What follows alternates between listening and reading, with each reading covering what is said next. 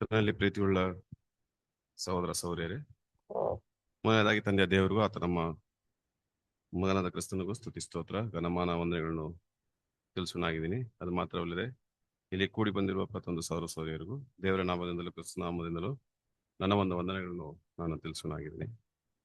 ಕರ್ತನಲ್ಲಿ ಪ್ರೀತಿಯುಳ್ಳ ಸಹೋದರ ಸಹೋದರಿಯರೇ, ತಂದೆಯ ದೇವರು ಕಳೆದ ವಾರ ಪೂರ್ತಿ ನಮ್ಮನ್ನು ಕಾಪಾಡಿ ಈ ಒಂದು ಭಾನುವಾರದ ಮೊದಲನೇ ದಿನದಲ್ಲೂ ನಮ್ಮನ್ನು ಒಂದು ಒಟ್ಟು ಕುಟುಂಬವಾಗಿ ಇಲ್ಲಿ ಕರೆತಂದು ಆತನ ನಾಮಗಳನ್ನು ಆತನ ಸತ್ಯತೆಗಳನ್ನು ಧ್ಯಾನ ಮಾಡುವುದಕ್ಕೆ ದೇವರು ಏರ್ಪಡಿಸಿಕೊಟ್ಟಂತ ಒಂದು ಕೃಪೆಗಾಗಿ ಮತ್ತೊಮ್ಮೆ ದೇವರಿಗೆ ವಂದನೆಗಳನ್ನು ತಿಳಿಸೋನಾಗಿದ್ದೀನಿ.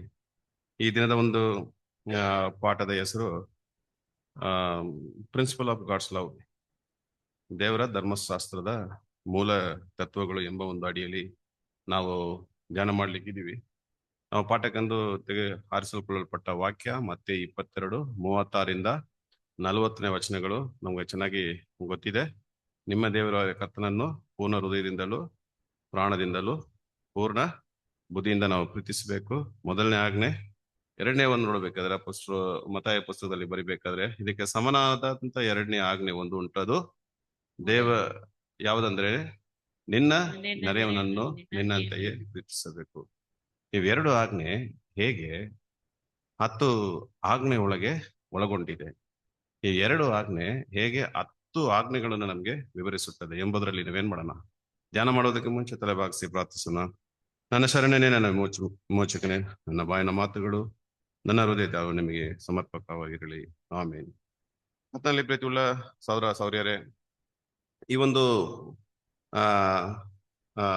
ಪಾಠ ನಮ್ಮ ಒಂದು ಆತ್ಮಿಕವಾದಂತ ಆತ್ಮಿಕವಾದಂತ ವಿಷಯಕ್ಕೆ ಬಹಳ ಮುಖ್ಯವಾದಂತ ಒಂದು ಪಾಠವಾಗಿ ಇರುತ್ತೆ. ಹಲವಾರು ಸಂದರ್ಭಗಳಲ್ಲಿ ದೇವರ ಆಜ್ಞೆ ಬಗ್ಗೆ ನಾವು ಧ್ಯಾನ ಮಾಡಿದ್ದೀವಿ, ನಾವು ಕೇಳಿದ್ದೀವಿ. ಯಾಕಂದ್ರೆ ದೇವರ ಆಜ್ಞೆಗಳು ನೋಡ್ಬೇಕಾದ್ರೆ ಕಾರಣವಿಲ್ಲದೆ ನಮ್ಗೆ ಕೊಡಲ್ಪಟ್ಟಿಲ್ಲ. ಆಮೇಲೆ ದೇವರ ಆಜ್ಞೆ ಒಂದು ನಿಗದಿತ ಒಂದು ನಿರ್ದಿಷ್ಟವಾದ ಒಂದು ಸಂದರ್ಭಕ್ಕಾಗಿಯೂ ದೇವರ ಆಜ್ಞೆ ನಮ್ಗೆ ಕೊಡಲ್ಪಟ್ಟಿಲ್ಲ. ಬದಲಾಗಿ ಹಲವಾರು ಪರಿಸ್ಥಿತಿಗಳಲ್ಲಿ ದೇವರ ಆಜ್ಞೆಗಳನ್ನು ಹೇಗೆ ನಮ್ಮ ಜೀವನದಲ್ಲಿ ಅನ್ವಯಿಸಬಹುದು ಎಂಬ ಒಂದು ಮೂಲ ತತ್ವಗಳನ್ನೇ ದೇವರ ಆಜ್ಞೆ. ಅದು ಮಾತ್ರವಲ್ಲದೆ ಪ್ರಿಯರೇ, ಇದನ್ನ ನಾವು ತಿಳಿದುಕೊಳ್ಳಕ್ಕೆ ವಿಮೋಚನ ಕಾಂಡ 20ನೇ ಅಧ್ಯಾಯದಲ್ಲಿ 10 ಆಜ್ಞೆಗಳು ಅದರಲ್ಲಿ ಬರುತ್ತೆ. ಸ್ವಾಮಿ ಆ 10 ಆಜ್ಞೆಗಳನ್ನು ಕಲ್ಲಿನ ಹಲಗೆ ಮೇಲೆ ಯಾರಿಗೆ ಬರ್ಕೊಟ್ರು? ಮೋಶೆಗೆ ಬರ್ಕೊಟ್ರು. ಅದನ್ನ ಬರೆದು ಕೊಡ್ಬೇಕಂದ್ರೆ ಬರೀ ನಿಯಮಗಳು ಮಾತ್ರವಲ್ಲದೆ ಒಂದೊಂದು ಆಜ್ಞೆಯಲ್ಲಿಯೂ ನಮ್ಮ ಒಂದು ಜೀವನದ ಚರಿತ್ರೆ ಇದೆ. ನಮ್ಮ ಜೀವನದಲ್ಲಿ ಒಂದೊಂದು ಆಜ್ಞೆಗಳನ್ನು, ಅದರ ಒಂದು ಫಲಿತಾಂಶಗಳನ್ನು, ಅದು ಹೇಗೆ ಅದು ನೆರವೇರಿಸಬೇಕು, ಅದು ನಡೆಸಬೇಕು ಎಂಬುದಾಗಿ ಈ 10 ಆಜ್ಞೆಯಲ್ಲಿ ಅದು ಒಳಗೊಂಡಿದೆ. ಈ 10 ಆಜ್ಞೆಗಳು ನಮಗೆ ಕಲಿತು ಕೊಡುತ್ತದೆ ಪ್ರಿಯರೇ. ಸೊ ಅದರಿಂದ ಈ 10 ಆಜ್ಞೆಗಳನ್ನು ನಾವು ಧ್ಯಾನ ಮಾಡ್ಲಿಕ್ಕಿದೀವಿ. ಸೊ ನಮಗೆ ಕೊಟ್ಟಿರುವಂತ ಸಮಯದಲ್ಲಿ ಎಷ್ಟು ಆಜ್ಞೆ ಮಾತ್ರ ಧ್ಯಾನ ಮಾಡೋಕ್ಕೂ ಅಷ್ಟು ಮಾಡೋಣ. ಉಳಿದಿರುವುದು ದೇವರ ಚಿತ್ತ ಇದ್ರೆ ನಾವು ಇನ್ನೊಂದು ಸಮಯ ಸಿಕ್ಕಿದ್ರೆ ನಾವು ಧ್ಯಾನ ಮಾಡೋಣ. ಅದರಲ್ಲಿ ಮೊದಲನೇ ಒಂದು ಆಜ್ಞೆ ಯಾವ್ದಂತ ನೋಡೋದಾದ್ರೆ ರೆವರೆನ್ಸ್, ದೇವರ ಭಯಭಕ್ತಿ ಎಂಬ ಒಂದು ಆಜ್ಞೆ. ದ ಫಸ್ಟ್ ಪ್ರಿನ್ಸಿಪಲ್, ದೇವರ ಮೇಲಿಟ್ಟಿರುವಂತ ಒಂದು ಭಯಭಕ್ತಿಯನ್ನು. ಅದಕ್ಕೆ ವಾಕ್ಯ ವಿಮೋಚನೆ ಕಾಂಡ 20ನೇ ಅಧ್ಯಾಯ 3ನೇ ವಚನದಲ್ಲಿ ಹೇಳಲ್ಪಟ್ಟಿದೆ. ಏನಂತ ಹೇಳಲ್ಪಟ್ಟಿದೆ ಅಂದ್ರೆ, ನಾನಲ್ಲದೆ ನಿನಗೆ ಬೇರೆ ದೇವರುಗಳು ಇರಬಾರದು. ನೋಡ್ತಾ, ನಾನಲ್ಲದೆ ನಿಮಗೆ ಬೇರೆ ದೇವರುಗಳು ಇರಬಾರದು.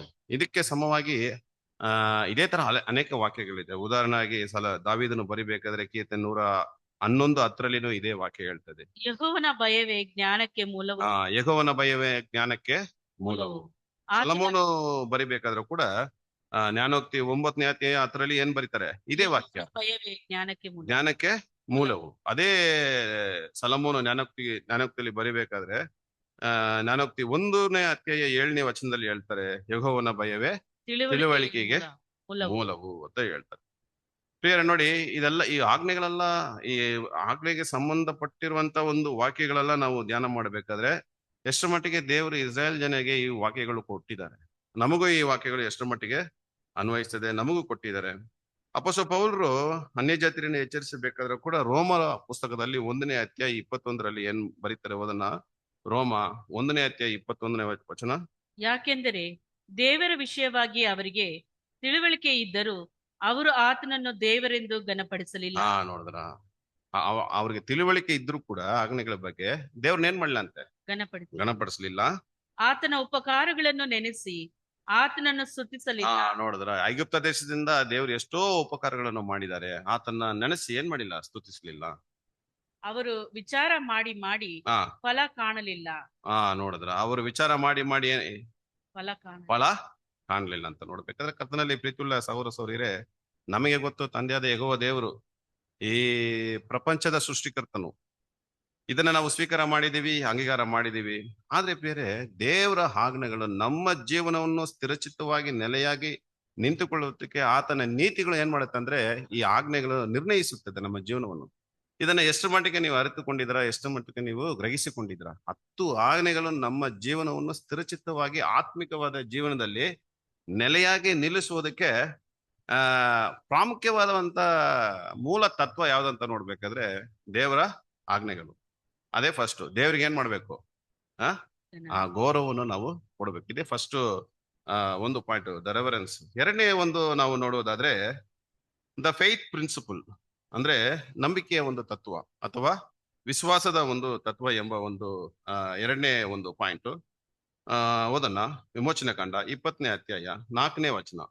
ಯಾವ ಮೂರ್ತಿಯನ್ನು ಮಾಡಿಕೊಳ್ಳಬಾರದು, ಆಕಾಶದಲ್ಲಾಗಲಿ ಭೂಮಿಯಲ್ಲಾಗಲಿ ಭೂಮಿಯ ಕೆಳಗಣ ನೀರಿನಲ್ಲಾಗಲಿ ಇರುವ ಯಾವುದವರ ರೂಪವನ್ನು ಮಾಡಿಕೊಳ್ಳಬಾರದು. ನೋಡ್ರಿ, ಎರಡನೇ ಆಜ್ಞೆ ಏನಂತ ನೋಡುವುದಾದ್ರೆ, ಯಾವ ಮೂರ್ತಿಯನ್ನಾದ್ರೂ ಮಾಡಿಕೊಳ್ಳಬಾರದು, ಆಕಾಶದಲ್ಲಿ ಭೂಮಿಯಲ್ಲಾಗ್ಲಿ ಭೂಮಿಯ ಕೆಳಗಿನ ನೀರಿನಾಗ್ಲಿ ಇರುವ ಯಾವ ರೂಪವನ್ನು ನೀವು ಮಾಡಿಕೊಳ್ಳಬಾರದು.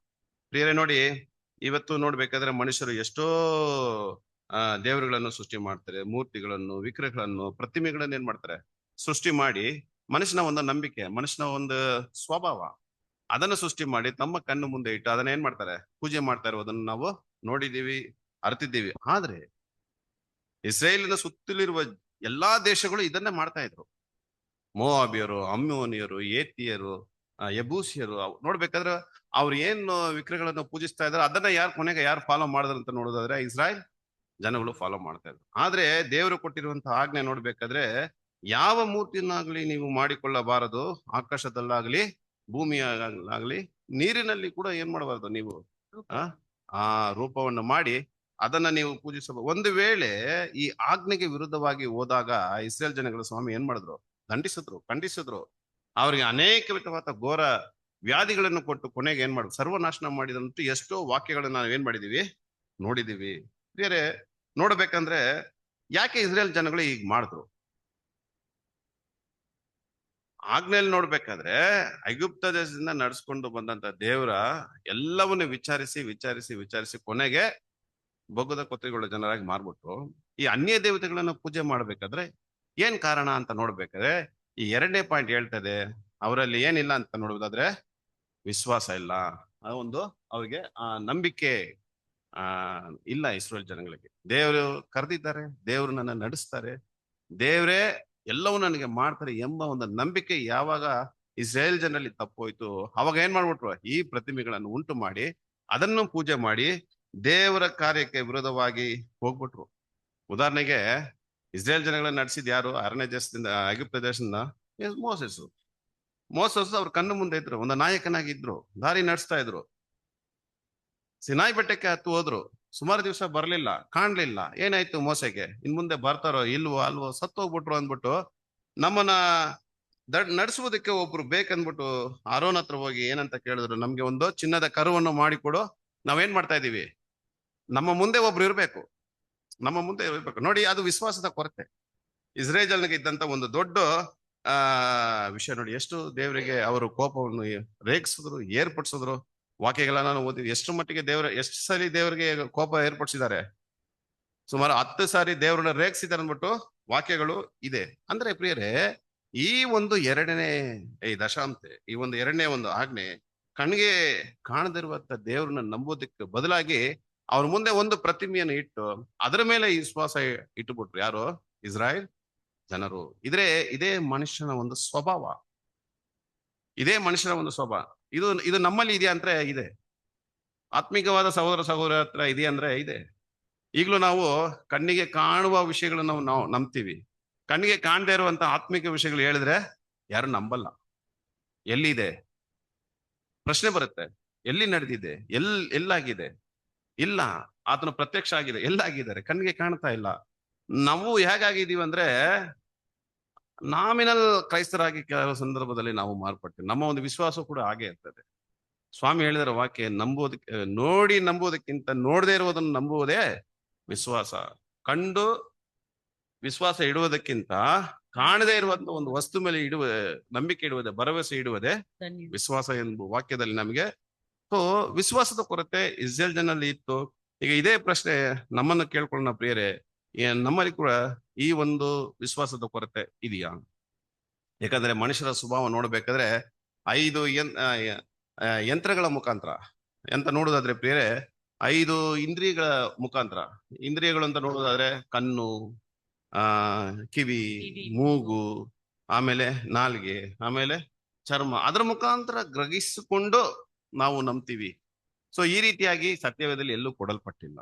ಕಾಣದೇ ಇರುವಂತ ವಿಶ್ವಾಸ ಬಹಳ ಮುಖ್ಯವಾದಂತ ದೇವರು ಹೇಳಿದ್ದಾರೆ. ಯಾಕಂದ್ರೆ ದೇವರು ಆದಾಮನನ್ನು ಸೃಷ್ಟಿ ಮಾಡ್ಬೇಕಾದ್ರೆ ಆತನ ಸ್ವರೂಪದಲ್ಲಿ ಸೃಷ್ಟಿ ಮಾಡಿದ್ರು. ಈಗ ಯಾವಾಗ ನಮ್ಮಲ್ಲಿ ನಂಬಿಕೆ ವಿಶ್ವಾಸ ಕಡಿಮೆ ಆಗುತ್ತೋ, ನಾವು ದೇವರನ್ನು ನಮ್ಮ ಸ್ವರೂಪದಲ್ಲಿ ಸೃಷ್ಟಿ ಮಾಡಿ ನಾವು ಏನೇನೆಲ್ಲ ಅಪೇಕ್ಷಿಸ್ತೀವೋ, ಏನೆಲ್ಲ ನಂಬ್ತೀವೋ, ಏನೇನೆಲ್ಲ ಎದುರು ನೋಡ್ತೀವೋ ಅದನ್ನ ದೇವರ ಹತ್ರ ಕೇಳ್ತೀವಿ. ಸೊ ಯಾವಾಗ ಅಪನಂಬಿಕೆ ನಾವು ಇರ್ತೀವೋ, ನಾವು ದೇವರನ್ನು ನಮ್ಮ ಸ್ವರೂಪದಲ್ಲಿ ನಾವು ಸೃಷ್ಟಿ ಮಾಡಿ ನಾವೇನ್ ಇಷ್ಟಪಡ್ತೀವೋ ಅದನ್ನ ಕೇಳಕ್ಕೆ ಪ್ರಾರಂಭ ಆಗ್ಬಿಡ್ತೀವಿ. ಬಿಕಾಸ್ ಆಫ್ ವಿಶ್ವಾಸದ ಕೊರತೆ. ಸೊ ಇಸ್ರೇಲ್ ದೇಶದಲ್ಲಿ ಇತ್ತು, ಇಸ್ರೇಲ್ ಜನಗಳ ಮಧ್ಯದಲ್ಲಿ ಇತ್ತು. ಅಟ್ ಪ್ರೆಸೆಂಟ್ ಈಗ ನಮ್ಮ ಮಧ್ಯದಲ್ಲಿ ಇದೆಯಾ? ಎಂತವ್ರು ದೇವರು? ನಮ್ಮ ದೇವರು ಸರ್ವ ಸೃಷ್ಟಿ ಮಾಡಿದಂತ ನಮ್ಮ ದೇವರು. ಆತನನ್ನು ಯಾರೂ ನೋಡಲಾರದು ಅಂತಹ ದೇವರು. ಈ 10 ಆಜ್ಞೆಗಳ ಮುಖಾಂತರ ನೋಡ್ಬೇಕಾದ್ರೆ ಎಂತ ದೇವರು ಅಂದ್ರೆ, ಇಬ್ರಿಯ ಭಾಷಾದಲ್ಲಿ ಏನಂತ ಕೊಡಲ್ಪಟ್ಟಿದೆ ದೇವರಿಗೆ? ಎಲೋಹಿಮ್ ಎಂಬ ಪದ, ಆಮೇಲೆ ಎಲ್ ಶಡಾಯ್. ಈ ಎಲೋಹಿಮ್, ಈ ಎಲ್ ಶಡಾಯ್, ಈ 2 ಪದಕ್ಕೂ ಏನ್ ಅರ್ಥ ಅಂದ್ರೆ ಆತನ ಒಂದು ಮಹತ್ತಾದ ಒಂದು ಶಕ್ತಿ. ನಾವು ಬರೀ ಸೃಷ್ಟಿಕರ್ತನಂತ ನೋಡಿದೀವಿ, ಅದನ್ನ ನಾವು ವಿವರಿಸಿ ಅದ್ರೊಳಗೆ ನಾವು ಓದಾದ್ರೆ ನಮ್ಮ ಬುದ್ಧಿಗೆ ಎಟ್ಟಗದಂತ ಒಂದು ವಿಷಯಗಳು ದೇವರು ಸೃಷ್ಟಿ ಮಾಡಿ ಇಟ್ಬಿಟ್ಟಿದ್ದಾರೆ. ನಮ್ಮ ಜ್ಞಾನಕ್ಕೂ ಅದು ಹತ್ರಕ್ಕೂ ನಾವು ಹೋಗಕ್ಕಾಗಲ್ಲ. ಎಲ್ ಶಡಾಯ್ ಮತ್ತೆ ಎಲೋಹಿಮ್ ಅಂದ್ರೆ ಆತನ ಶಕ್ತಿ, ಆತನ ಒಂದು ಮಹತ್ವವುಳ್ಳ ಪ್ರಭಾವವನ್ನು ಸೂಚಿಸ್ತದೆ ಪ್ರಿಯರೇ. ಬಟ್ ದೇವರು ಇಸ್ರೇಲ್ ಜನಕ್ಕೆ ಈ ಆಜ್ಞೆಯನ್ನು ಕೊಡಬೇಕಾದ್ರೆ, ತಂದೆಯಾದ ಯೆಹೋವ ದೇವರು ಇಸ್ರಾಯೇಲ್ಗೆ ತನ್ನನ್ನು ಹೇಗೆ ಪರಿಚಯಿಸಿಕೊಂಡ್ರು ನಿಮ್ಗೆ ಗೊತ್ತಿದ್ರೆ ಹೇಳಿ. ಇಸ್ರೇಲ್ ಜನಗಳಿಗೆ ತಂದೆಯಾದ ಯೆಹೋವನು ತನ್ನನ್ನು ಹೇಗೆ ಪರಿಚಯಿಸಿಕೊಂಡ್ರು? ಯಾವ ಹೆಸರಲ್ಲಿ ಪರಿಚಯಿಸಿಕೊಂಡ್ರು? ಜೆಹೋವಾ ಎಂಬ ಒಂದು ಹೆಸರಲ್ಲಿ ಪರಿಚಯಿಸಿಕೊಂಡ್ರು. ಜೆಹೋವಾ ಎಂಬ ಒಂದು ಹೆಸರಿಗೆ ಏನ್ ಅರ್ಥ ಪ್ರಿಯರೇ? ಅದು ಪ್ರಭಾವ, ಶಕ್ತಿಯನ್ನು ಮಾತ್ರ ಸೂಚಿಸುವುದಿಲ್ಲ ಪ್ರಿಯರೇ. ಜೆಹೋವಾ ಎಂಬ ಹೆಸರಿಗೆ ಏನ್ ಅರ್ಥ ಅಂತ ನೋಡಬೇಕಾದ್ರೆ ಅದರಲ್ಲಿ ಒಳ್ಳೆ ಗುಣಲಕ್ಷಣಗಳಿದೆ, ಪ್ರೀತಿ ಇದೆ ಅದರಲ್ಲಿ. ನಿಮಗೂ ನನಗೂ ಒಂದು ಸಂಬಂಧ, ಒಂದು ಉಡಂಬಡಿಕೆಯನ್ನು ಏರ್ಪಡಿಸುವ ಒಂದು ವಿಷಯನೇ ಜೆಹೋವಾ. ಜೆಹೋವಾ ಎಂಬ ಒಂದು ಪದ ಕರ್ತನಲ್ಲಿ ಪ್ರೀತಿ ಉಳ್ಳ ಸಹೋದರ ಸಹೋದರಿಯರೇ, ಪ್ರೀತಿ, ಸತ್ಯತೆ, ವಿಶ್ವಾಸ, ನೀತಿಯ ಗುಣಲಕ್ಷಣಗಳ ಮೇಲೆ ಆಧಾರಗೊಂಡಿರುವುದೇ the name Jehovah. Elohim, El Shaddai ಅದಕ್ಕೂ ಅಷ್ಟೇ ಆ ಶಕ್ತಿಯ ಪ್ರಭಾವ ಜೆಹೋವಾ ಇದೆ. ಆದ್ರೆ ಇಸ್ರಾಯೇಲ್ ಜನರಿಗೆ ದೇವರು ತನ್ನನ್ನು ಪರಿಚಯಿಸಿಕೊಳ್ಳಬೇಕಾದ್ರೆ ಈ ಹೆಸರಿಂದ ಅವರು ಪರಿಚಯಿಸಿಕೊಳ್ತಾರೆ. ಅದಕ್ಕೆ ಆನ್ಸರ್ ನೋಡ್ಬೇಕಾದ್ರೆ ಪ್ರೀತಿ, ಸತ್ಯ, ವಿಶ್ವಾಸ, ನೀತಿಯ ಈ ರೀತಿಯಾದ ಗುಣಗಳ ಮೇಲೆ ಆಧಾರವಾಗಿರುತ್ತದೆ. ಹಂಗಂದ್ರೆ ಈ 2ನೇ ಒಂದು ಪಾಯಿಂಟ್, ದ ಫೇತ್ ಪ್ರಿನ್ಸಿಪಲ್. ಒಂದ್ ವೇಳೆ ನಂಬಿಕೆ ಕೊರತೆ ಇದ್ರೆ ನಮಗೊಂದು ಒಳ್ಳೆ ಪಾಯಿಂಟ್, ನಮ್ಮ ಒಂದು ಆತ್ಮಿಕವಾದ ವಿಶ್ವಾಸಕ್ಕೆ ವಿಶ್ವಾಸ, ಮಹಾಪರಿಶುದ್ಧವಾದಂತ ವಿಶ್ವಾಸ ನಮ್ಮಲ್ಲಿ ಇರಬೇಕು. 3ನೇ ಒಂದು ಪಾಯಿಂಟ್ಗೆ ಹೋಗೋಣ. ದ ಪ್ರಿನ್ಸಿಪಲ್ ಆಫ್ ಸಿನ್ಸಿಯರಿಟಿ ಅಂದ್ರೆ ಪ್ರಾಮಾಣಿಕತೆಯ ಒಂದು ಪ್ರಾಮಾಣಿಕತೆಯ ತತ್ವ. ಅದೇ the principle of sincerity. Exodus 20ನೇ ಅಧ್ಯಾಯ 7ನೇ ವಚನ. ನಿನ್ನ ದೇವರಾದ ಯೆಹೋವನ ಹೆಸರನ್ನು ಅಯೋಗ್ಯ ಕಾರ್ಯಕ್ಕಾಗಿ ಎತ್ತಬಾರದು. ಯೆಹೋವನು ತನ್ನ ಹೆಸರನ್ನು ಅಯೋಗ್ಯ ಕಾರ್ಯಕ್ಕಾಗಿ ಎತ್ತುವವನು ಶಿಕ್ಷಿಸದೆ ಬಿಡುವುದಿಲ್ಲ. ನೋಡಿದ್ರ ಇಸ್ರೇಲ್ ಜನರು ಇದನ್ನ ಮಾಡಿದ್ರ? ನಿನ್ನ ದೇವರಾದ ಯೆಹೋವನ ಹೆಸರನ್ನು ಅಯೋಗ್ಯ ಕಾರ್ಯಕ್ಕಾಗಿ ಎತ್ತಬಾರದು. ಒಂದು ವೇಳೆ ಎತ್ತಿದ್ರೆ ಏನಾಗುತ್ತೆ? ಶಿಕ್ಷೆಗೆ ಒಳಗಾದ್ರು. ಯಾರು? ಇಸ್ರೇಲ್ ಜನರು. ಅಂದ್ರೆ ಈ ಒಂದು ಆಜ್ಞೆಯ ಮೂಲ ತತ್ವದ ಒಂದು ಅಭಿಪ್ರಾಯ ಏನ್ರಿ ಪ್ರಿಯರೇ? ದೇವರ ಹೆಸರನ್ನು ಅದಕ್ಕೆ ಕೊಡಬೇಕಾದಂತ ಗೌರವ, ಅದಕ್ಕೆ ಕೊಡಬೇಕಾದಂತ ಮರ್ಯಾದೆಯನ್ನು ನಾವು ಸರಿಯಾಗಿ ಕೊಡಬೇಕು. ಹೆಂಗೆ ಗೌರವ ಕೊಡೋದು, ಹೆಂಗೆ ಮರ್ಯಾದೆ ಕೊಡೋದಂದ್ರೆ, ಒಡಂಬಡಿಕೆ ಮಾಡುವಾಗಲೇ ದೀಕ್ಷಾ ಸ್ನಾನದಲ್ಲೇ ನಮ್ಮ ಜೀವನವನ್ನು ದೇವರಿಗಾಗಿ ಸಮರ್ಪಣೆ ಮಾಡಿ ಕೊಟ್ಟಾದ ಮೇಲೆ ಒಂದು ವೇಳೆ ತಿರುಗಿ ಅದನ್ನು ವಾಪಸ್ ಪಡ್ಕೊಳ್ಳುವಾಗ, ಆ ಒಂದು ಸಮ್ಮತಿಯಿಂದ, ಆ ಒಂದು ಸಮರ್ಪಣೆಯಿಂದ ನಾವು ವಾಪಸ್ ಪಡ್ಕೊಳ್ಳುವಾಗ ನಾವು ಆತನ ಹೆಸರನ್ನು ಅಯ್ಯಕವಾಗಿ ತೆಗೆದುಕೊಳ್ತೀವಿ. ಹೇಗೆ ಇದನ್ನು ಅಯ್ಯಕವಾಗಿ ತೆಗೆದುಕೊಳ್ಳಕ್ಕೆ ಅವಕಾಶ ಇದೆ? ಹೊರನೋಟಕ್ಕೆ ನಾವು ಸತ್ಯವಾದ ವಿದ್ಯಾರ್ಥಿಗಳಂತ ನಾವು ಹೇಳ್ಕೊಳ್ಳಬಹುದು. ಆದ್ರೆ ಬೇರೆ ಹೃದಯದಲ್ಲಿ ನಾನ್ ಪಡ್ಕೊಂಡಂತ ಈ 10 ಆಜ್ಞೆಗೆ ತಕ್ಕ ಹಾಗೆ ಈ ಪ್ರಾಮಾಣಿಕತೆ ನನ್ನೊಳಗೆ ಇಲ್ಲದಿದ್ದರೆ ಈ ಹೆಸರಿಗೆ ತಕ್ಕ ಹಾಗೆ ನಾನು ಏನಾಗ್ತೀನಿ? ಆತನ ಹೆಸರನ್ನು ವ್ಯರ್ಥವಾಗಿ ನಾನು ಆ ಅಯೋಗ್ಯ ಕಾರ್ಯಕ್ಕಾಗಿ ಇದನ್ನ ತೆಗೆದುಕೊಳ್ಳಬಹುದು. ಅಂದ್ರೆ ಈ ಅಯೋಗ್ಯ ಕಾರ್ಯ ಅಂತ ನೋಡ್ಬೇಕಾದ್ರೆ ಇದಕ್ಕೆ ಇಂಗ್ಲಿಷ್ ಪದದಲ್ಲಿ ಏನ್ ಬರುತ್ತೆ ಅಂದ್ರೆ, ಈಗಾಗಲೇ ನೋಡಿದೀವಿ, ಸಿನ್ಸಿಯರಿಟಿ. ಸಿನ್ಸಿಯರಿಟಿ ಎಂಬ ಒಂದು ಪದ ಬರುತ್ತೆ. ಸಿನ್ಸಿಯರಿಟಿ ಎಂಬ ಪದ ಅಂತ ನೋಡ್ಬೇಕಾದ್ರೆ, ಇಸ್ರೇಲ್ಗೆ ತಂದೆಯಾದ ಯೆಹೋವನು ಒಂದು ಗಂಡನಾಗಿ, ಇಸ್ರೇಲ್ ಜನಗಳು ಆತನಿಗೆ ಒಂದು ಹೆಂಡತಿಯಾಗಿ ದೇವರು ಭಾವಿಸಿದ್ರು. ವಾಕ್ಯ ಇದೆ ಅಂತ ನೋಡ್ಬೇಕಾದ್ರೆ ಯೆರೆಮೀಯ 3ನೇ ಅಧ್ಯಾಯ 14ನಲ್ಲಿ ಹೇಳ್ತಾರೆ, ಭ್ರಷ್ಟರಾದ ಮಕ್ಕಳೇ ತಿರುಗಿಕೊಳ್ಳಿರಿ, ನಾನು ನಿಮ್ಮ ಪತಿ ಅಂತ ಹೇಳ್ತಾರೆ, ನಾನು ನಿಮ್ಮ ಗಂಡ. ಈ ರೀತಿಯಾದ ಒಂದು ಸಂಬಂಧ ಯಾರಿಗಿತ್ತು? ಇಸ್ರೇಲ್ ಜನಗಳಿಗಿತ್ತು. ಈ ರೀತಿ ಇಸ್ರೇಲ್ ಜನರ ತನ್ನ ಸ್ವಕೀಯ ಜನಗರಾಗಿ ಸ್ವಾಮಿ ಪರಿಗಣಿಸಿದ್ರು. ಯಾಕಂದ್ರೆ ಒಂದು ಮದುವೆಯ ಒಂದು ವಿಷಯದಲ್ಲಿ ಕೂಡ ನೋಡಿ, ಮದುವೆ ಆಗುವಾಗ ಗಂಡನ ಹೆಸರನ್ನು ಯಾರು ಹೊಂದಿರ್ತಾರೆ? ಹೆಂಡತಿ. ಆ ಹೊಂದಿದ ಮೇಲೆ ಆ ಹೆಸರಿಗೆ ತಕ್ಕಾಗ ಅವರ ಜೀವನ ಕೂಡ ಇರುತ್ತೆ ಈ ಭೂಲೋಕದಲ್ಲಿ. ಗಂಡನನ್ನು ಮೆಚ್ಚಿಸುವ ರೀತಿಯಲ್ಲಿ ಈ ಲೋಕದಲ್ಲಿ ಬಾಳ್ತಾರೆ. ಗಂಡನಿಗೆ ಒಂದು ಒಳ್ಳೆ ಹೆಸರನ್ನು ಕೊಡುವರಾಗಿರ್ತಾರೆ. ಇದನ್ನೇ ಸ್ವಾಮಿ ಅವ್ರಿಗೆ 10 ಆಜ್ಞೆಗಳನ್ನು ಕೊಡಬೇಕಾದ್ರೆ ಇದನ್ನೇ ಸ್ವಾಮಿ ಎದುರು ನೋಡಿದ್ರು, ಇದನ್ನೇ ಸ್ವಾಮಿ ಅಪೇಕ್ಷಿಸಿದ್ರು ಇಸ್ರೇಲ್ ಜನಗಳ ಮಧ್ಯದಲ್ಲಿ. ಬೇರೆ ನೋಡಿ, ಅವರ ಜೀವನ ಪೂರ್ತಿ ಹೆಸರಿಗೆ ತಕ್ಕಾಗಿ ಅವರು ಬಾಳಬೇಕಾಗಿತ್ತು. ಒಂದು ದೊಡ್ಡ ಜವಾಬ್ದಾರಿ ಅವರಲ್ಲಿ ಇತ್ತು ಇಸ್ರೇಲ್ ಜನಗಳ ಮೇಲೆ.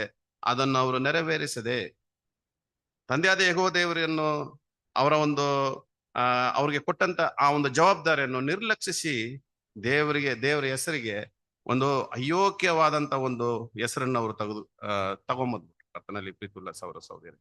ಸೊ ಆಗಿರುವುದರಿಂದ ಇದೊಂದು ಒಳ್ಳೆ ಪಾಯಿಂಟ್. ದೇವರ ಹೆಸರನ್ನು ಅಯ್ಯಕವಾಗಿ ವ್ಯರ್ಥವಾಗಿ ನಾವು ಮಾಡುವುದು ಅದು ಒಂದು ದೊಡ್ಡ ತಪ್ಪಾಗುತ್ತೆ ಪ್ರಿಯರೇ. ಇವತ್ತು ನಾವು ಅನೇಕ ಸಂದರ್ಭಗಳಲ್ಲಿ ನಮ್ಮ ಒಂದು ಆತ್ಮಿಕವಾದ ಜೀವನದಲ್ಲಿ ನಾವು ಧ್ಯಾನ ಮಾಡುವುದಾದ್ರೆ, ಇದು ಇಸ್ರೇಲ್ಗೂ ದೇವರಿಗೂ ಇರುವಂತ ಸಂಬಂಧ. ಬಟ್ ನಮಗೊಂದು ಸಂಬಂಧ ಇದೆ, ನನ್ನ ಪತಿ ಅಂತ ದೇವರು ಕರೆದಿದ್ದಾರೆ ಇಸ್ರೇಲ್ ಜನಗಳನ್ನು. ಬಟ್ ಇಲ್ಲಿ ವಾಕ್ಯ ಓದಬೇಕಾದ್ರೆ ನಮ್ಮ ಯೇಸು ಸ್ವಾಮಿ ನಮಗೆ ಹೇಗಿದ್ದಾರೆ? ಮೊದಲಿಂಗನು, ನಾವು ಮೊದಲ ಕೀರ್ತಿ.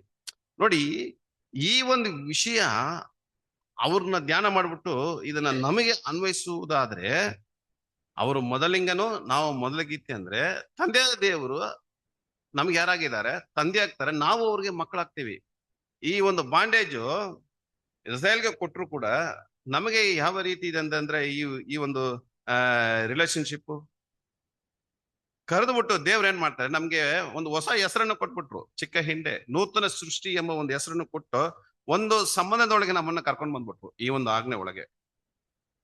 ಹಂಗಂದ್ರೆ ನಾವು ಯಾವಾಗ ಸಮರ್ಪಣೆ ಮಾಡಿದೀವೋ ಆಜ್ಞೆಯ ಪ್ರಕಾರ, ಒಂದು ವೇಳೆ ಆಜ್ಞೆಗೆ ತಕ್ಕಾಗೆ ನಮ್ಮ ಜೀವನ ಇದ್ರೆ, ಕರ್ತನಲ್ಲಿ ಪ್ರೀತಿಯುಳ್ಳ ಸಹೋದರ ಸಹೋದರರೇ, ನಮ್ಮ ಸಮರ್ಪಣೆ ಜೀವನದಲ್ಲಿ ಇರುವಂತ ಎಲ್ಲವೂ ಅಂದ್ರೆ ನಮ್ಮ ಒಂದು ತಲಾಂತು, ನಮಗಿರುವಂತ ಒಂದು ಶಕ್ತಿ, ನಮ್ಮ ಒಂದು ಸಂಪತ್ತು ಎಲ್ಲವನ್ನು ದೇವರಿಗಾಗಿ ಈ ಒಂದು ಬಲಿನ ಜೀವಿತದಲ್ಲಿ ಅವು ಸಮರ್ಪಣೆ ಮಾಡ್ಲೇಬೇಕು.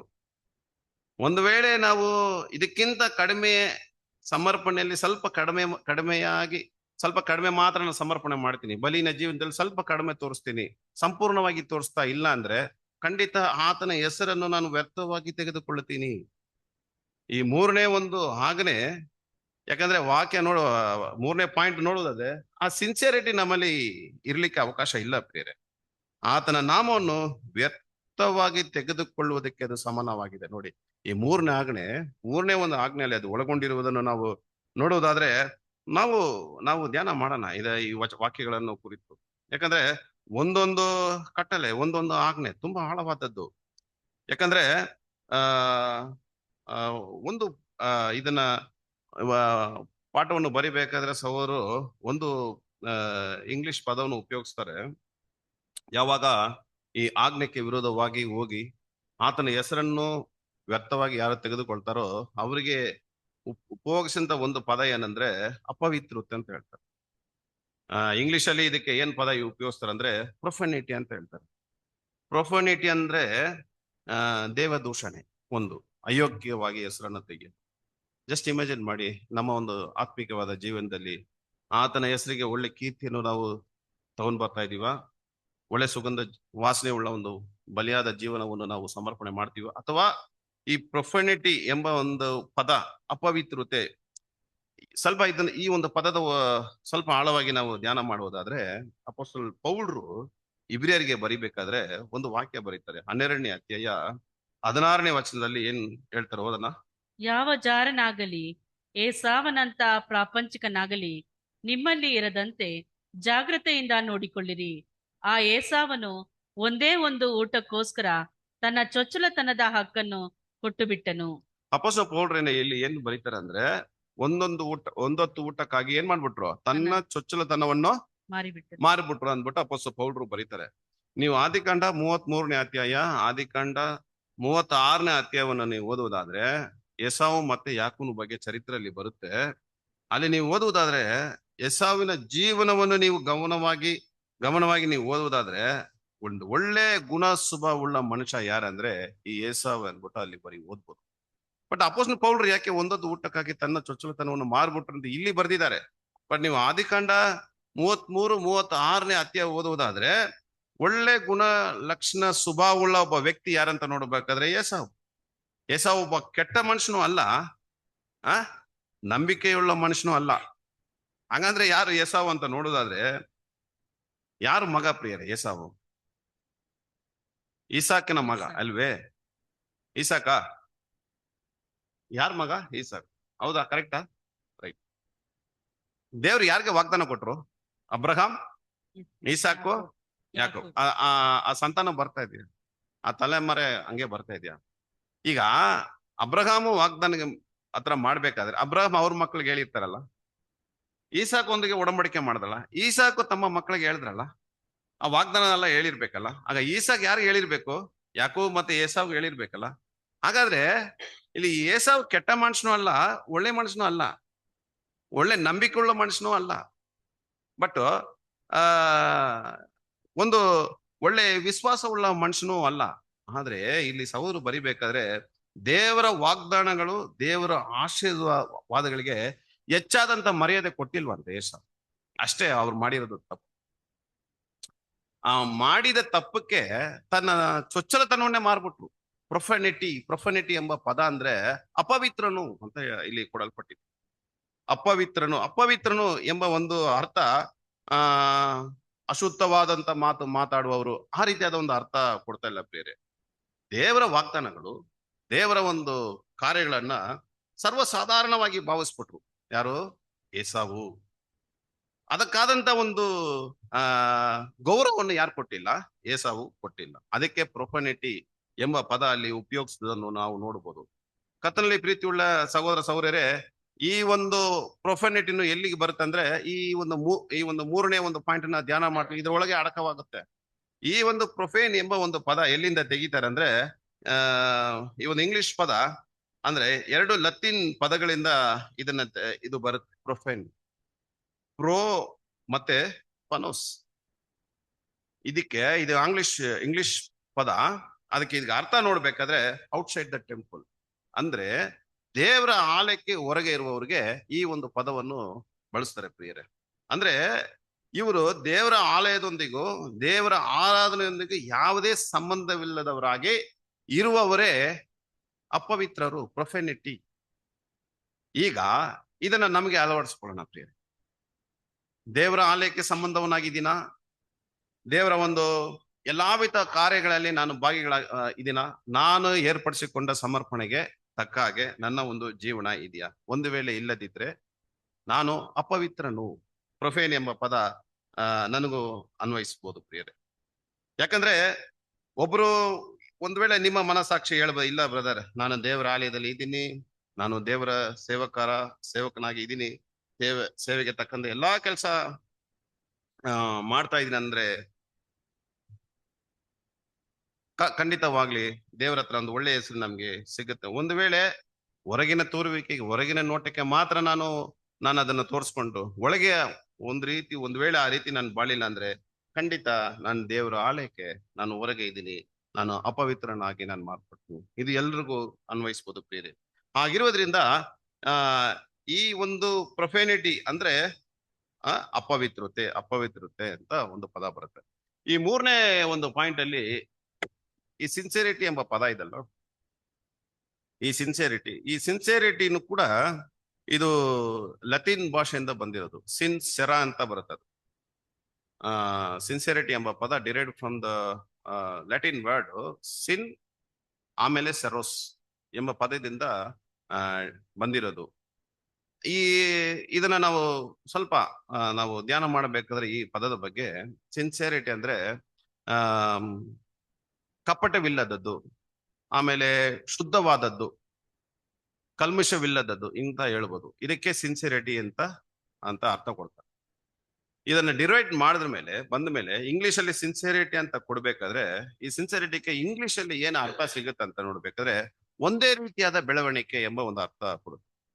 ಒಂದೇ ರೀತಿಯಾದ ಒಂದು ಬೆಳವಣಿಗೆ ಅಂದ್ರೆ ನಮ್ಮ ಒಂದು ಆತ್ಮಿಕವಾದ ಜೀವನದಲ್ಲಿ ಪ್ರಾಮಾಣಿಕತೆ, ನಮ್ಮ ಒಂದು ಮೂರನೇ ಒಂದು ಆಜ್ಞೆಯಲ್ಲಿರುವಂತ ಪಾಯಿಂಟ್ ಏನಂತ ನೋಡಿದ್ರೆ ಸಿನ್ಸಿಯರಿಟಿ, ಪ್ರಾಮಾಣಿಕತೆ ಎಂಬುದು ಎರಡು ಮನಸ್ಸುಳ್ಳವರಾಗಿ ಈ ಒಂದು ಕರಿವಿಕೆಯಲ್ಲಿ ಇರಬಾರದು. ಇಸ್ರೇಲ್ ಜನಗಳಿದ್ರ ಆಜ್ಞೆಯನ್ನು ಮೀರ್ಬಿಟ್ರ ನೋಡಿ. ಈ ಆಜ್ಞೆ ನಮ್ಗೆ ಎಷ್ಟು ಬುದ್ಧಿ ಪಾಠಗಳನ್ನು ತಿಳಿಸಿಕೊಡುತ್ತಂತ ನೋಡ್ಬೇಕಾದ್ರೆ ಎರಡು ಮನಸ್ಸುಳ್ಳವರಾಗಿ ಈ ಒಂದು ಕರಿವಿಕೆಯಲ್ಲಿ ಇರಬಾರದು. ಕಲ್ಮಿಷವಾದ ಉಪದೇಶಗಳನ್ನು ನಾವು ತೆಗೆದುಕೊಳ್ಳಬಾರದು. ಈ ಒಂದು ಸತ್ಯವನ್ನು ಬಿಟ್ಟು ಬೇರೆ ಯಾವುದೇ ಸತ್ಯದೊಳಗೆ ನಾವು ಹೋಗುವಾದ್ರೆ ಅಂತವರೊಳಗೆ ನಾವು ಕಾಂಪ್ರಮೈಸ್ ಹಾಕೊಂಡು ಬೇರೆ ಬೇರೆ ಸತ್ಯದಲ್ಲಿ ಬೇರೆ ಬೇರೆ ವಿಶ್ವಾಸ, ಬೇರೆ ಬೇರೆ ನಂಬಿಕೆಗಳಿಗೆ ಹೋಗಿ ನಾವು ಭಾಗಿಗಳಾದ್ರೆ ಖಂಡಿತ ಕರ್ತನಲ್ಲಿ ಪ್ರೀತಿ ಉಳ್ಳವ ಸಹೋದರ ಸಹೋದರೇ, ಕಲ್ಮಶವಾದ ಒಂದು ಬೋಧನೆಗಳು ನಮ್ಮೊಳಗೆ ನಾವು ಬಂದ್ಬಿಡುತ್ತೆ. ಸೊ ಬಹಳ ಜಾಗ್ರತೆಯಿಂದ ಇರಬೇಕು. ಯಾಕಂದ್ರೆ ದೇವರ ಆಜ್ಞೆಗೆ ತಕ್ಕಂತೆ ನಮ್ಮ ಜೀವನ ಇರಬೇಕು. ಆಗಿರುವುದರಿಂದ ಈ ಮೂರನೇ ಆಜ್ಞೆಯ ಮೂಲ ತತ್ವ ಈ ಪ್ರಾಮಾಣಿಕತೆ ಅಂತ ನೋಡ್ಬೇಕಾದ್ರೆ ನಾವು ನಮ್ಮ ಜೀವನದಲ್ಲಿ ತುಂಬಾ ಪ್ರಾಮಾಣಿಕತೆ ಉಳ್ಳವರಾಗಿರ್ಬೇಕು. ದಿ ಬೆಸ್ಟ್ ಎಕ್ಸಾಂಪಲ್ ಈ ಸಿನ್ಸಿಯರಿಟಿಗೆ ನಾವು ನೋಡುವುದಾದ್ರೆ ಈ ಕುಂಬಾರನ ಕಥೆ ಎಲ್ಲ ನಮ್ಗೆ ಚೆನ್ನಾಗಿ ಗೊತ್ತು. ಒಂದು ಮಣ್ಣಿನ ಮಡಿಕೆ ಅವರು ಮಾಡಿ ಅದನ್ನ ಬೆಂಕಿಗೆ ಸುಟ್ಟು ಆಮೇಲೆ ಒಳ್ಳೆ ಬಣ್ಣವನ್ನು ಕೊಟ್ಟು ಬಳಸಿ ಕೊನೆಗೆ ಒಂದು ಡಿಸೈನ್ ಆರ್ಕಿಟೆಕ್ಚರ್ ಮೇಲೆ ಕೆಲವೊಂದು ಚಿತ್ರಣಗಳನ್ನ ಬರೆದ್ಬಿಟ್ಟು ಅದನ್ನ ಮಾರ್ತಾರೆ. ಒಳ್ಳೆ ರೇಟ್ಗೆ ಅದು ಹೋಗುತ್ತೆ. ಕೆಲವೊಮ್ಮೆ ಈ ಕುಂಬಾರಗಳು ಇಂಥ ಒಂದು ಮಡಿಕೆ ಮಾಡುವಾಗ ಒಂದು ಸಣ್ಣ ಬಿರುಕು ಅಥವಾ ಒಂದು ಸಣ್ಣ ಸಣ್ಣ ದೋಷ ಉಂಟಾಗಿರುತ್ತೆ. ಅವ್ರಿಗೆ ಗೊತ್ತಲ್ಲ. ಯಾವಾಗ ಗೊತ್ತಾಗುತ್ತಂದ್ರೆ ಆ ಮಣ್ಣಿನ ಮಡಿಕೆಯನ್ನು ಬೆಂಕಿಯಲ್ಲಿ ಸುಡುವಾಗ ಮಾತ್ರ ಗೊತ್ತಾಗತ್ತೆ. ಅದಕ್ಕೆ ಮುಂಚಿತವಾಗಿ ಗೊತ್ತಿರ್ಲಿಕ್ಕೆ ಅವಕಾಶ ಇಲ್ಲ. ಅವಾಗ ಏನ್ ಮಾಡ್ತಾರೆ, ಕುಂಬಾರ ಒಂದು ಮೇಣದ ಬತ್ತಿಯನ್ನು ತಗೊಂಡೋಗಿ ಅದನ್ನ ಬೆಂಕಿಗೆ ಹಾಕಿ ಎಲ್ಲಿ ಆ ಬಿರುಕು ಬಿದ್ದಿದೆಯೋ, ಆ ದೋಷ ಬಿದ್ದಿದೆಯೋ ಆ ಒಂದು ಮೇಣದ ಬತ್ತಿಯಿಂದ ಅದನ್ನು ಮುಚ್ಚಿಬಿಟ್ಟು ತಿರ್ಗಾ ಅದಕ್ಕೆ ಒಳ್ಳೆ ಬಣ್ಣ ಬಳಸಿ ಅದಕ್ಕೆ ಡಿಸೈನ್ ಕೊಟ್ಟು ಅದನ್ನ ಮಾರ್ತಾರೆ. ಎಲ್ಲಿ ಸಂತೆಗಳಲ್ಲಿ ಮಾರ್ತಾರೆ. ಸಂತೆಗೆ ಬರುವವರು ಆ ಮಡಿಕೆಯನ್ನು ತಗೊಂಡು ಇಮಿಡಿಯೇಟ್ ತಗೊಂಡು ಹೋಗಲ್ಲ. ಆ ಮಡಿಕೆನ ತಗೊಂಡು ಕರೆಕ್ಟ್ ಆಗಿ ಸೂರ್ಯನ ಬೆಳಕಿಗೆ ಎತ್ತಿ ನೋಡ್ತಾರೆ. ಏನಾದ್ರೂ ಒಳಗಡೆ ಬಿರುಕು ಏನಾದ್ರೂ ಬಿದ್ದಿದ್ಯಾ, ದೋಷ ಏನಾದ್ರೂ ಬಿದ್ದಿದ್ಯಾ. ಒಂದು ವೇಳೆ ಸೂರ್ಯನಿಗೆ ಅದನ್ನ ತೋರಿಸುವಾಗ ಆ ಸೂರ್ಯನ ಬೆಳಕ ಕರೆಕ್ಟ್ ಆಗಿ ತೋರಿಸ್ಬಿಡುತ್ತೆ. ಎಲ್ಲಿ ಬಿರುಕಿದ್ಯೋ, ಎಲ್ಲಿ ಮೇಣದ ಬತ್ತಿ ಹಚ್ಚಿದಾರೋ ಅದನ್ನ ತೋರಿಸ್ಬಿಡುತ್ತೆ. ಅವಾಗ ಏನ್ ಮಾಡ್ತಾರೆ, ಅದನ್ನ ತಗೊಳಲ್ಲ. ಆ ಮಣ್ಣಿನ ಮಡಿಕೆಯನ್ನು ಅಲ್ಲಿಗೆ ಬಿಟ್ಟು ಹೋಗ್ತಾರೆ. ಬೇರೆ ಹಾಗಾದ್ರೆ ಈ ಸಿನ್ಸಿಯರಿಟಿ, ಈ ಪ್ರಾಮಾಣಿಕತೆ ಅಂತ ನೋಡ್ಬೇಕಾದ್ರೆ ಹೊರಗೆ ಮತ್ತೆ ಒಳಗೆ ಈ ಸಿನ್ಸಿಯರಿಟಿನ ನಾವು ದೇವರ ಹತ್ರ ತೋರಿಸ್ಬೇಕು, ಮನುಷ್ಯರ ಹತ್ರ ಅಲ್ಲ. ಮನುಷ್ಯ ಮುಖವನ್ನು ನೋಡ್ತಾನೆ, ದೇವರು ಹೃದಯವನ್ನು ನೋಡ್ತಾನೆ. ಒಳಗೊಂದು ಹೊರಗೊಂದು ಈ ಒಂದು ಕರಿವಿಕೆಯಲ್ಲಿ ಇದ್ರೆ ಎಲ್ಲಾ ಮಿತವಾದ ದಂಡೆಗಳನ್ನು ನಾವಾಗೆ ತೆಗೆದುಕೊಳ್ತೀವಿ ಪ್ರಿಯರೇ. ಹಾಗಾದ್ರೆ ನಾವ್ ಎಷ್ಟು ಪ್ರಾಮಾಣಿಕತೆ ಉಳ್ಳವರಾಗಿರ್ಬೇಕು. ಈ ಒಂದು ಎಷ್ಟನೇ ಆಜ್ಞೆ ಪ್ರಿಯರೇ ನಾವು ನೋಡ್ತಾ ಇರ್ಬೋದು? ಮೂರನೇ ಆಜ್ಞೆ. ಜಸ್ಟ್ ಇಮ್ಯಾಜಿನ್ ಮಾಡಿ, ನಾವು ಮಣ್ಣಿನ ಮಡಿಕೆ, ಕುಂಬಾರ ಯಾರ್ರೀ ಪ್ರಿಯರೇ? ತಂದೆ ದೇಗುವ ದೇವರು. ಆದ್ರೆ ಸುವಾರ್ತೆ ಎಂಬ ಸತ್ಯನೇ ಸೂರ್ಯನ ಬೆಳಕು. ಅದು ನಮ್ಮನ್ನ ಶೋಧಿಸುತ್ತದೆ, ಶೋಧನೆಗೆ ಒಳಪಡಿಸುತ್ತೆ ನಮ್ಮನ್ನು. ಶೋಧನೆಯಲ್ಲಿ ಬೀಳುವಾಗ ಒಂದು ವೇಳೆ ಸೋತು ಹೋದ್ರೆ ಪ್ರಿಯರೇ, ವಿಫಲರಾದ್ರೆ ಖಂಡಿತ ನಾವು ಆ ಸಿನ್ಸಿಯರಿಟಿ ನಮ್ಮಿಂದ ತಪ್ಪು ಹೋಗುತ್ತೆ ಪ್ರಿಯರೇ.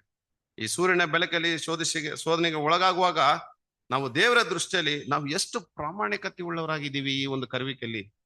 ಇದು ಬಹಳ ಮುಖ್ಯ.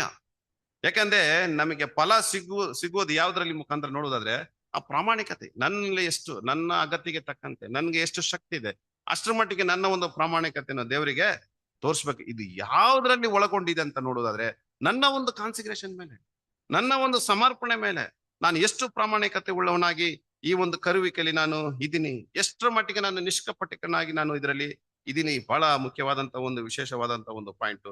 ಕರ್ತನಲ್ಲಿ ಪ್ರೀತಿ ಉಳ್ಳ ಸೌರ ಸೌರ್ಯರೇ, ಈ ಸುವಾರ್ತೆ ಯುಗ ಪೂರ್ತಿ ನಮ್ಗೆ ಈ ರೀತಿಯಾದ ಒಂದು ಬೆಳಕಿನಲ್ಲಿ ದೇವ್ರು ಏನ್ ಮಾಡ್ತಾರೆ, ನಮ್ಮನ್ನು ಪರೀಕ್ಷಿಸುತ್ತಾರೆ. ಸೊ ಇಂದಾಗ ಒಂದು ರೀತಿಯಾದ ಒಂದು ಆ ಜೀವನ ಯಾರು ನಡೆಸ್ತಾರೆ ಎಂಬ ಒಂದು ಪ್ರಶ್ನೆ ನಮ್ಮೊಳಗೆ ಕೇಳಿಕೊಳ್ಳೋಣ. ಅದಕ್ಕೆ ದೇವರೇ ಹೇಳ್ಬಿಟ್ರು, ನಿನ್ನ ದೇವರಾದ ಯೆಹೋವನ ಹೆಸರನ್ನು ವ್ಯರ್ಥವಾಗಿ ತೆಗೆದುಕೊಳ್ಳಬಾರದು.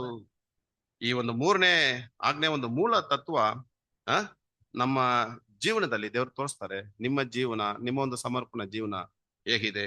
ಸೊ ಈ 3ನೇ ಪಾಯಿಂಟ್ ನಾವೇನ್ ಮಾಡಿದೀವಿ ನೋಡಿದ್ವಿ. 4ನೇ ಒಂದು ಪಾಯಿಂಟ್ಗೆ ನಾವು ಹೋಗೋಣ. The principle of selflessness.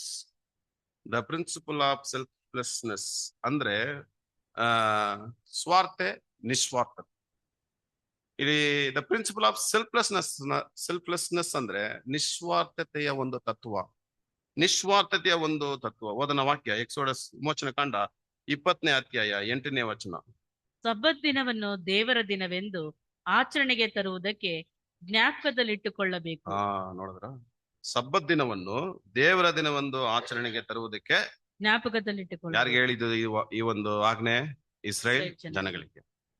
ಆದ್ರೆ ಇಸ್ರೇಲ್ ಜನರು ಎಲ್ಲಾ ಆಜ್ಞೆಗಿಂತ ಈ ಒಂದು ಆಜ್ಞೆಯನ್ನು ತಪ್ಪಾಗಿ ತಿಳ್ಕೊಂಡು ತಪ್ಪಾಗಿ ಆಚರಿಸಿದ್ರು.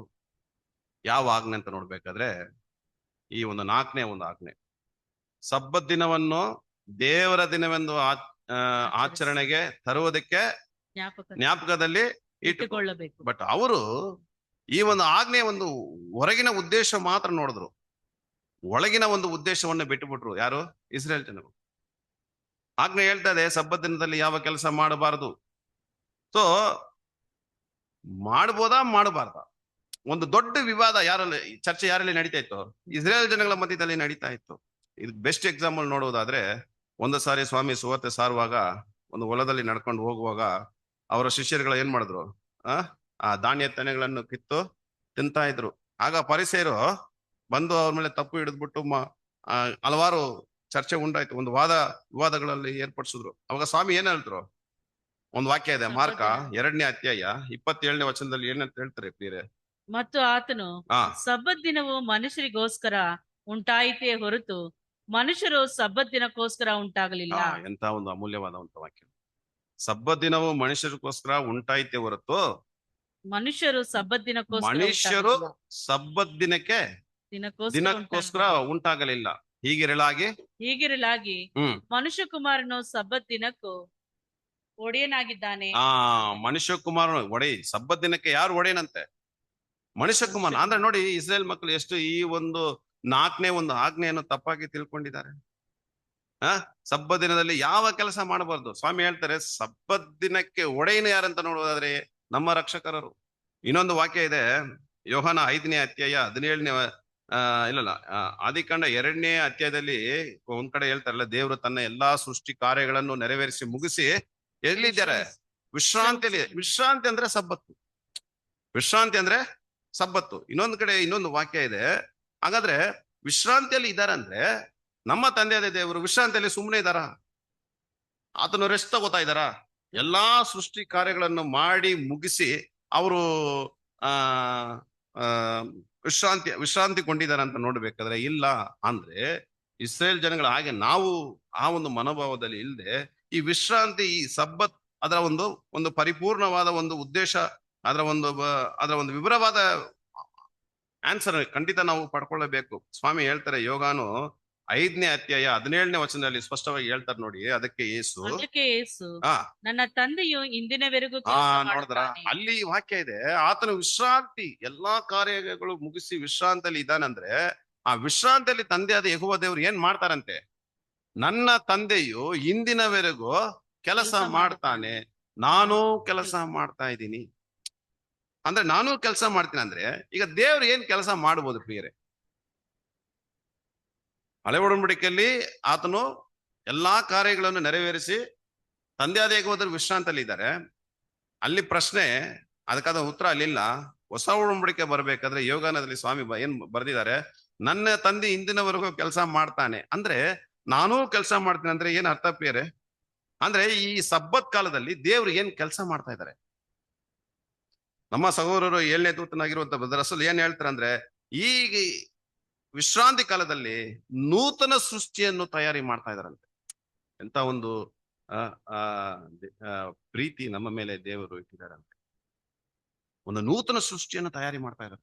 ಪ್ರತಿ ಒಬ್ಬರನ್ನು ಅವರ ಸ್ವಾರೂಪ್ಯಕ್ಕೆ ತಕ್ಕ ಹಾಗೆ, ಅವರ ಮನೋಭಾವ, ಅವರ ಎಲ್ಲಾ ವಿಧವಾದ ಗುಣಲಕ್ಷಣಗಳನ್ನು ತಿಳ್ಕೊಳ್ಳುವ ರೀತಿಯಲ್ಲಿ ಒಂದು ನೂತನ ಸೃಷ್ಟಿ ಮಾಡುವುದಕ್ಕೆ ತಯಾರಿ ಮಾಡುವುದಕ್ಕೆ ದೇವರು ತೆಗೆದುಕೊಂಡ ಒಂದು ವರ್ಷ ಈ ಸಬ್ಬತ್ ದಿನ ಆಗಿರುವುದರಿಂದ, ಹಾಗಾದ್ರೆ ದೇವ್ರದನ್ನ ಆಜ್ಞೆ ಕೊಟ್ಟರು ಹಳೆ ಒಡಂಬಡಿಕೆ ಧರ್ಮಶಾಸ್ತ್ರದಲ್ಲಿ ಸಬ್ಬತ್ ದಿನದಲ್ಲಿ ಕೆಲಸ ಮಾಡಬಾರದು. ಹಾಗಾದ್ರೆ ದೇವರು ಕೊಟ್ಟಂತ ಆಜ್ಞೆಯನ್ನು ಮೀರ್ಬಿಟ್ರ ಎಂಬ ಒಂದು ಪ್ರಶ್ನೆ ನಾವು ಕೇಳಿಕೊಳ್ಳೋಣ.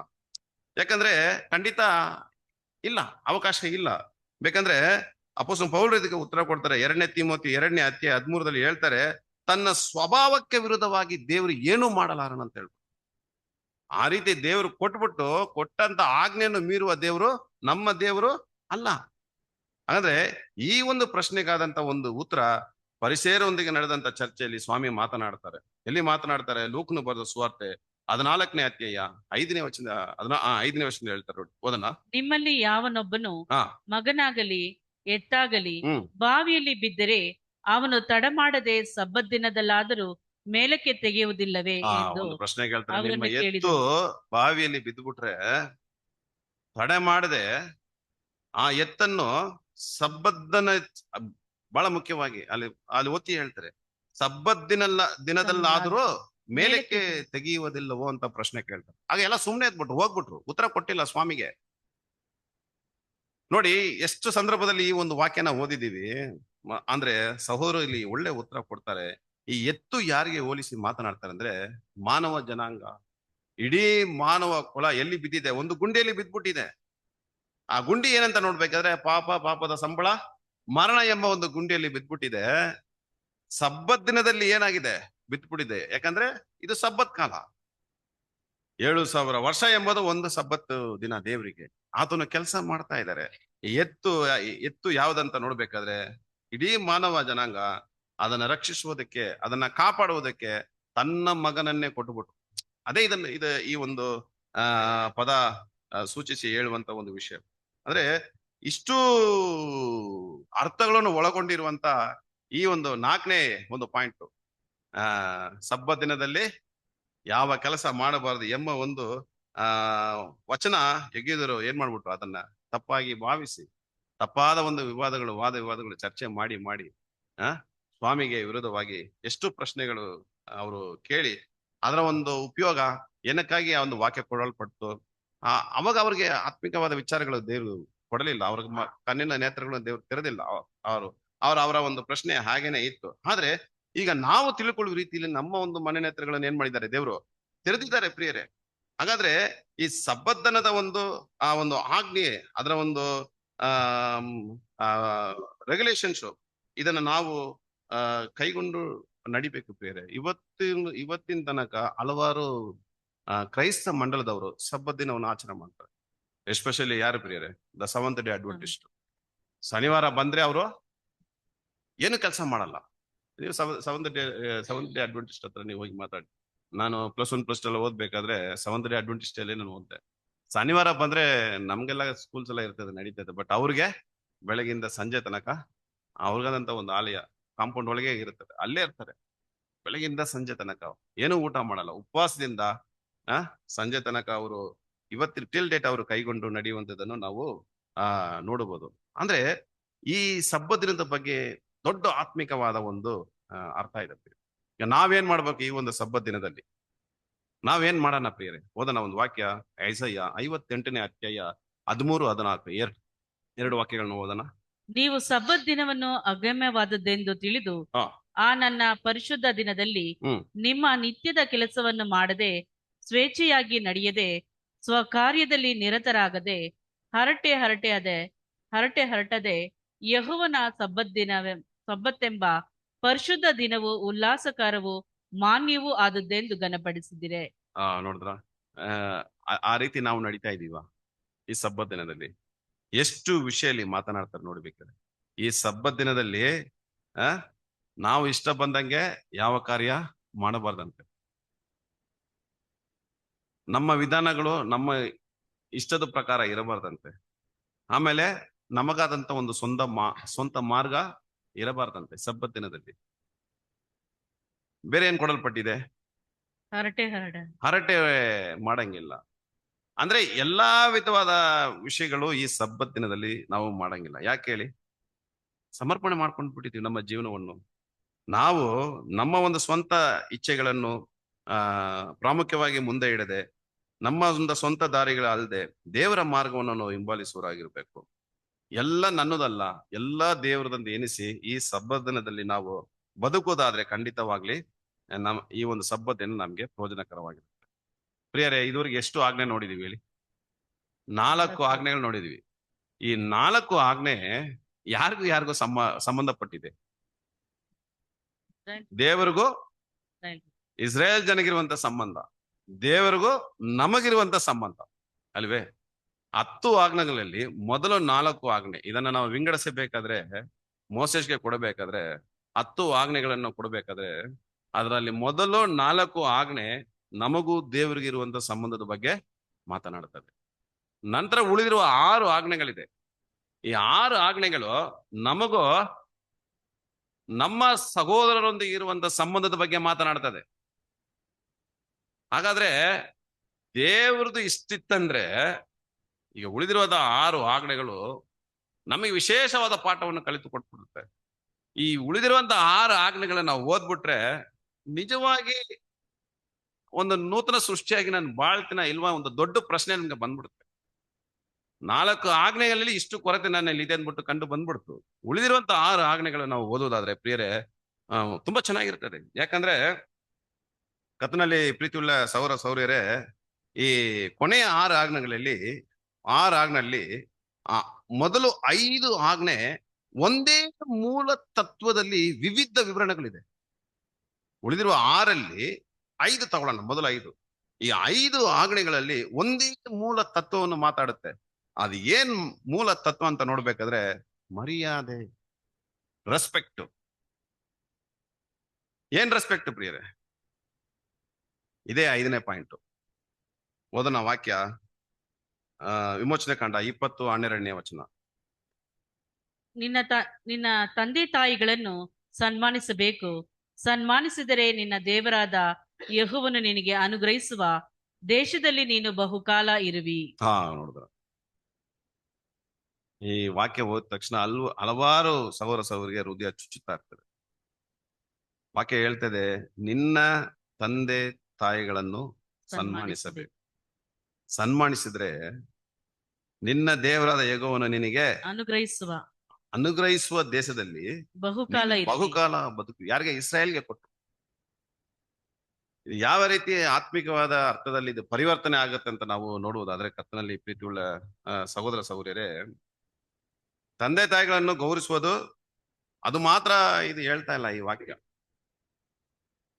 ಅವರಿಗೆ ಗೌರವ ಕೊಡಬೇಕು, ಅದು ಪ್ರಾಮುಖ್ಯವಾದಂತ ಒಂದು ಉದ್ದೇಶ. ಬಟ್ ಆ ಆಜ್ಞೆ ಒಳಗೆ ತಂದೆಯಾದ ದೇವರ ಆಶೀರ್ವಾದ, ವಾಗ್ದಾನಗಳು ಒಳಗೊಂಡಿದೆ. ಕಂಡಿಡಿಯಕ್ಕಾಗತ್ತಾ?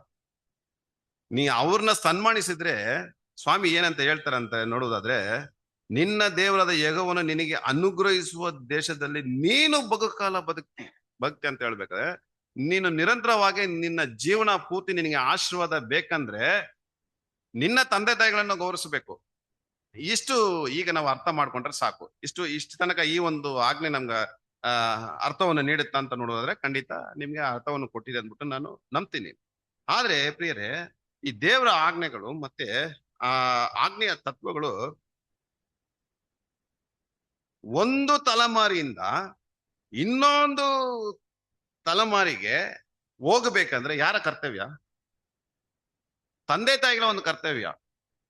ದೇವರ ಆಜ್ಞೆಗಳು ಒಂದು ತಲೆಮಾರಿಂದ ಇನ್ನೊಂದು ತಲೆಮಾರಿವರೆಗಿಂತ ನೋಡ್ಬೇಕಾದ್ರೆ ನನ್ನ ಮಕ್ಕಳಿಗೆ ನಾನು ಹೇಳ್ಕೊಟ್ರೆ ದೇವ್ರ ಆಜ್ಞೆ, ದೇವ್ರ ಯೋಚನೆ, ಎಲ್ಲಾ ವಿಧ ವಿಷಯಗಳು ಹೇಳ್ತಾ ಹೇಳ್ತಾ ಹೇಳ್ತಾ ಇದ್ರೆ ದೇವರ ವಿಷಯದಲ್ಲಿ ಮಗು ಚೆನ್ನಾಗಿ ಬೆಳೀತಾ ಬೆಳೀತಾ ಆಟೋಮೆಟಿಕ್ ತಂದೆ ತಾಯಿಗೆ ಘನಮಾನ ಮರ್ಯಾದೆ ಹೋಗುತ್ತೆ, ಕೊಟ್ಬಿಡ್ತಾರೆ.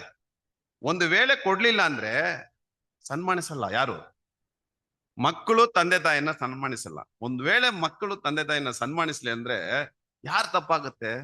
ತಂದೆ ತಾಯಿ ತಪ್ಪು ಬಂದ್ಬಿಡುತ್ತೆ.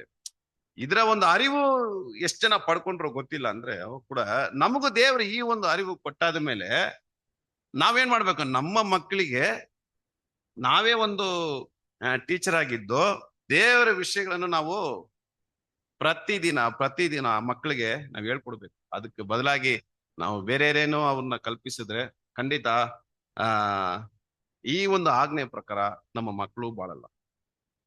ತಂದೆ ತಾಯಿಗೆ ಸಿಗಬೇಕಂತ ಗೌರವ ಇಲ್ಲಿ ಸಿಗುವುದಿಲ್ಲ. ಅದು ಮಾತ್ರ ಹೇಳ್ತಾ ಇಲ್ಲ ಪ್ರಿಯರೇ. ಇನ್ನೊಂದು ವಾಕ್ಯ ನಾವು ಓದುವುದಾದ್ರೆ ಲೆವಿಟಿಕಸ್ 19ನೇ ಇದನ್ನ ಪೌಲ್ರು ಹೇಳ್ತಾರೆ, ಓದನ ವಾಕ್ಯ. ಎಬೇಸ 6ನೇ ಅಧ್ಯಾಯ 2-3 ಓದಿ. ವಾಗ್ದಾನ ಸಹಿತವಾದ ಮೊದಲನೇ ಆಜ್ಞೆಯನ್ನು ಕೇಳಿರಿ. ನೋಡಿ ಏನಂತ ಹೇಳ್ಬಿಟ್ರು. ನಾವೀಗ ಉಳಿದಿರುವಂತ 6 ಆಜ್ಞೆಯಲ್ಲಿ 5ನೇ ಆಜ್ಞೆ ನಾವು ಓದ್ತಾ ಇದೀವಿ, ತಂದೆ ತಾಯಿನ ಸನ್ಮಾನಿಸಬೇಕಂದ್ಬಿಟ್ಟು ಅಪೊಸ್ತಲ ಪೌಲ್ರು ಇದಕ್ಕೆ ಒಂದು ಒಳ್ಳೆ ಉತ್ತರ ನೀಡ್ತಾರೆ ನೋಡಿ. ವಾಗ್ದಾನ ಸಹಿತವಾದ ಮೊದಲನೇ ಇದು ಮೊದಲನೇ ಆಜ್ಞೆ ಅಂತ ಹೇಳ್ತಾರೆ. ವಾಗ್ದಾನ ಸಹಿತವಾಗಿ ಮೊದಲನೇ ಆಜ್ಞೆಯು ನಿನ್ನ ತಂದೆ ತಾಯಿಗಳನ್ನು ಸನ್ಮಾನಿಸಬೇಕು, ಸನ್ಮಾನಿಸಿದರೆ ನಿನಗೆ ಮೇಲಾಗುವುದು, ನೀನು ಭೂಮಿಯ ಮೇಲೆ ಬಹುಕಾಲ ಬದುಕುವಿ ಅಂತ ಆ ಆಜ್ಞೆಯನ್ನು ಅಪೊಸ್ತಲ ಪೌಲ್ರಲ್ಲಿ ತಗೊಂಡ್ಬಿಟ್ಟು ಏನ್ ಹೇಳ್ತಾರೆ, ವಾಗ್ದಾನ ಸಹಿತವಾದ ಮೊದಲನೇ ಆಜ್ಞೆ ಅಂತ ಇಲ್ಲಿ ಕೊಡಲ್ಪಡುತ್ತೆ. ವಾಗ್ದಾನ ಸಹಿತವಾದ ಮೊದಲನೇ ಆಜ್ಞೆ ಅಂದ್ರೆ ಏನು?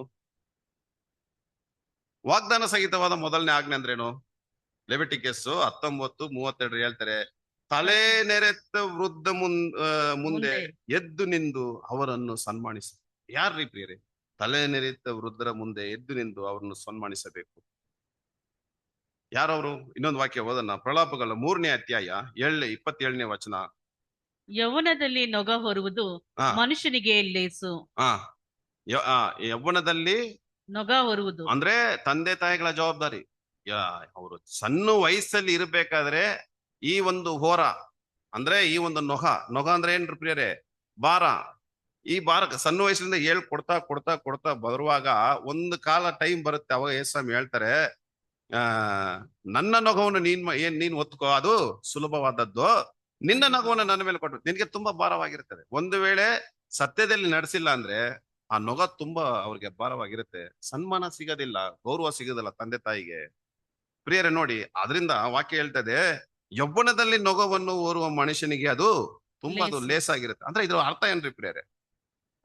ಯೌವನದಲ್ಲೇ ನಡತೆ, ಆಮೇಲೆ ಜವಾಬ್ದಾರಿ, ವಿಧೇಯತೆ ಎಲ್ಲ ದೇವರಿಗೆ ಸಂಬಂಧಪಟ್ಟಿದ್ದು, ದೇವರಸಿಗೆ ಸಂಬಂಧಪಟ್ಟಿದ್ದು, ಲೌಕಿಕ ಸಂಬಂಧಪಟ್ಟು ಅವರ ಒಂದು ಪಾಠಶಾಲೆಯಲ್ಲಿ ಅವರಿಗೆ ಸಿಗುವಂತ ಅನುಭವದಲ್ಲಿ ಎಲ್ಲ ಸಿಕ್ಬಿಡುತ್ತೆ.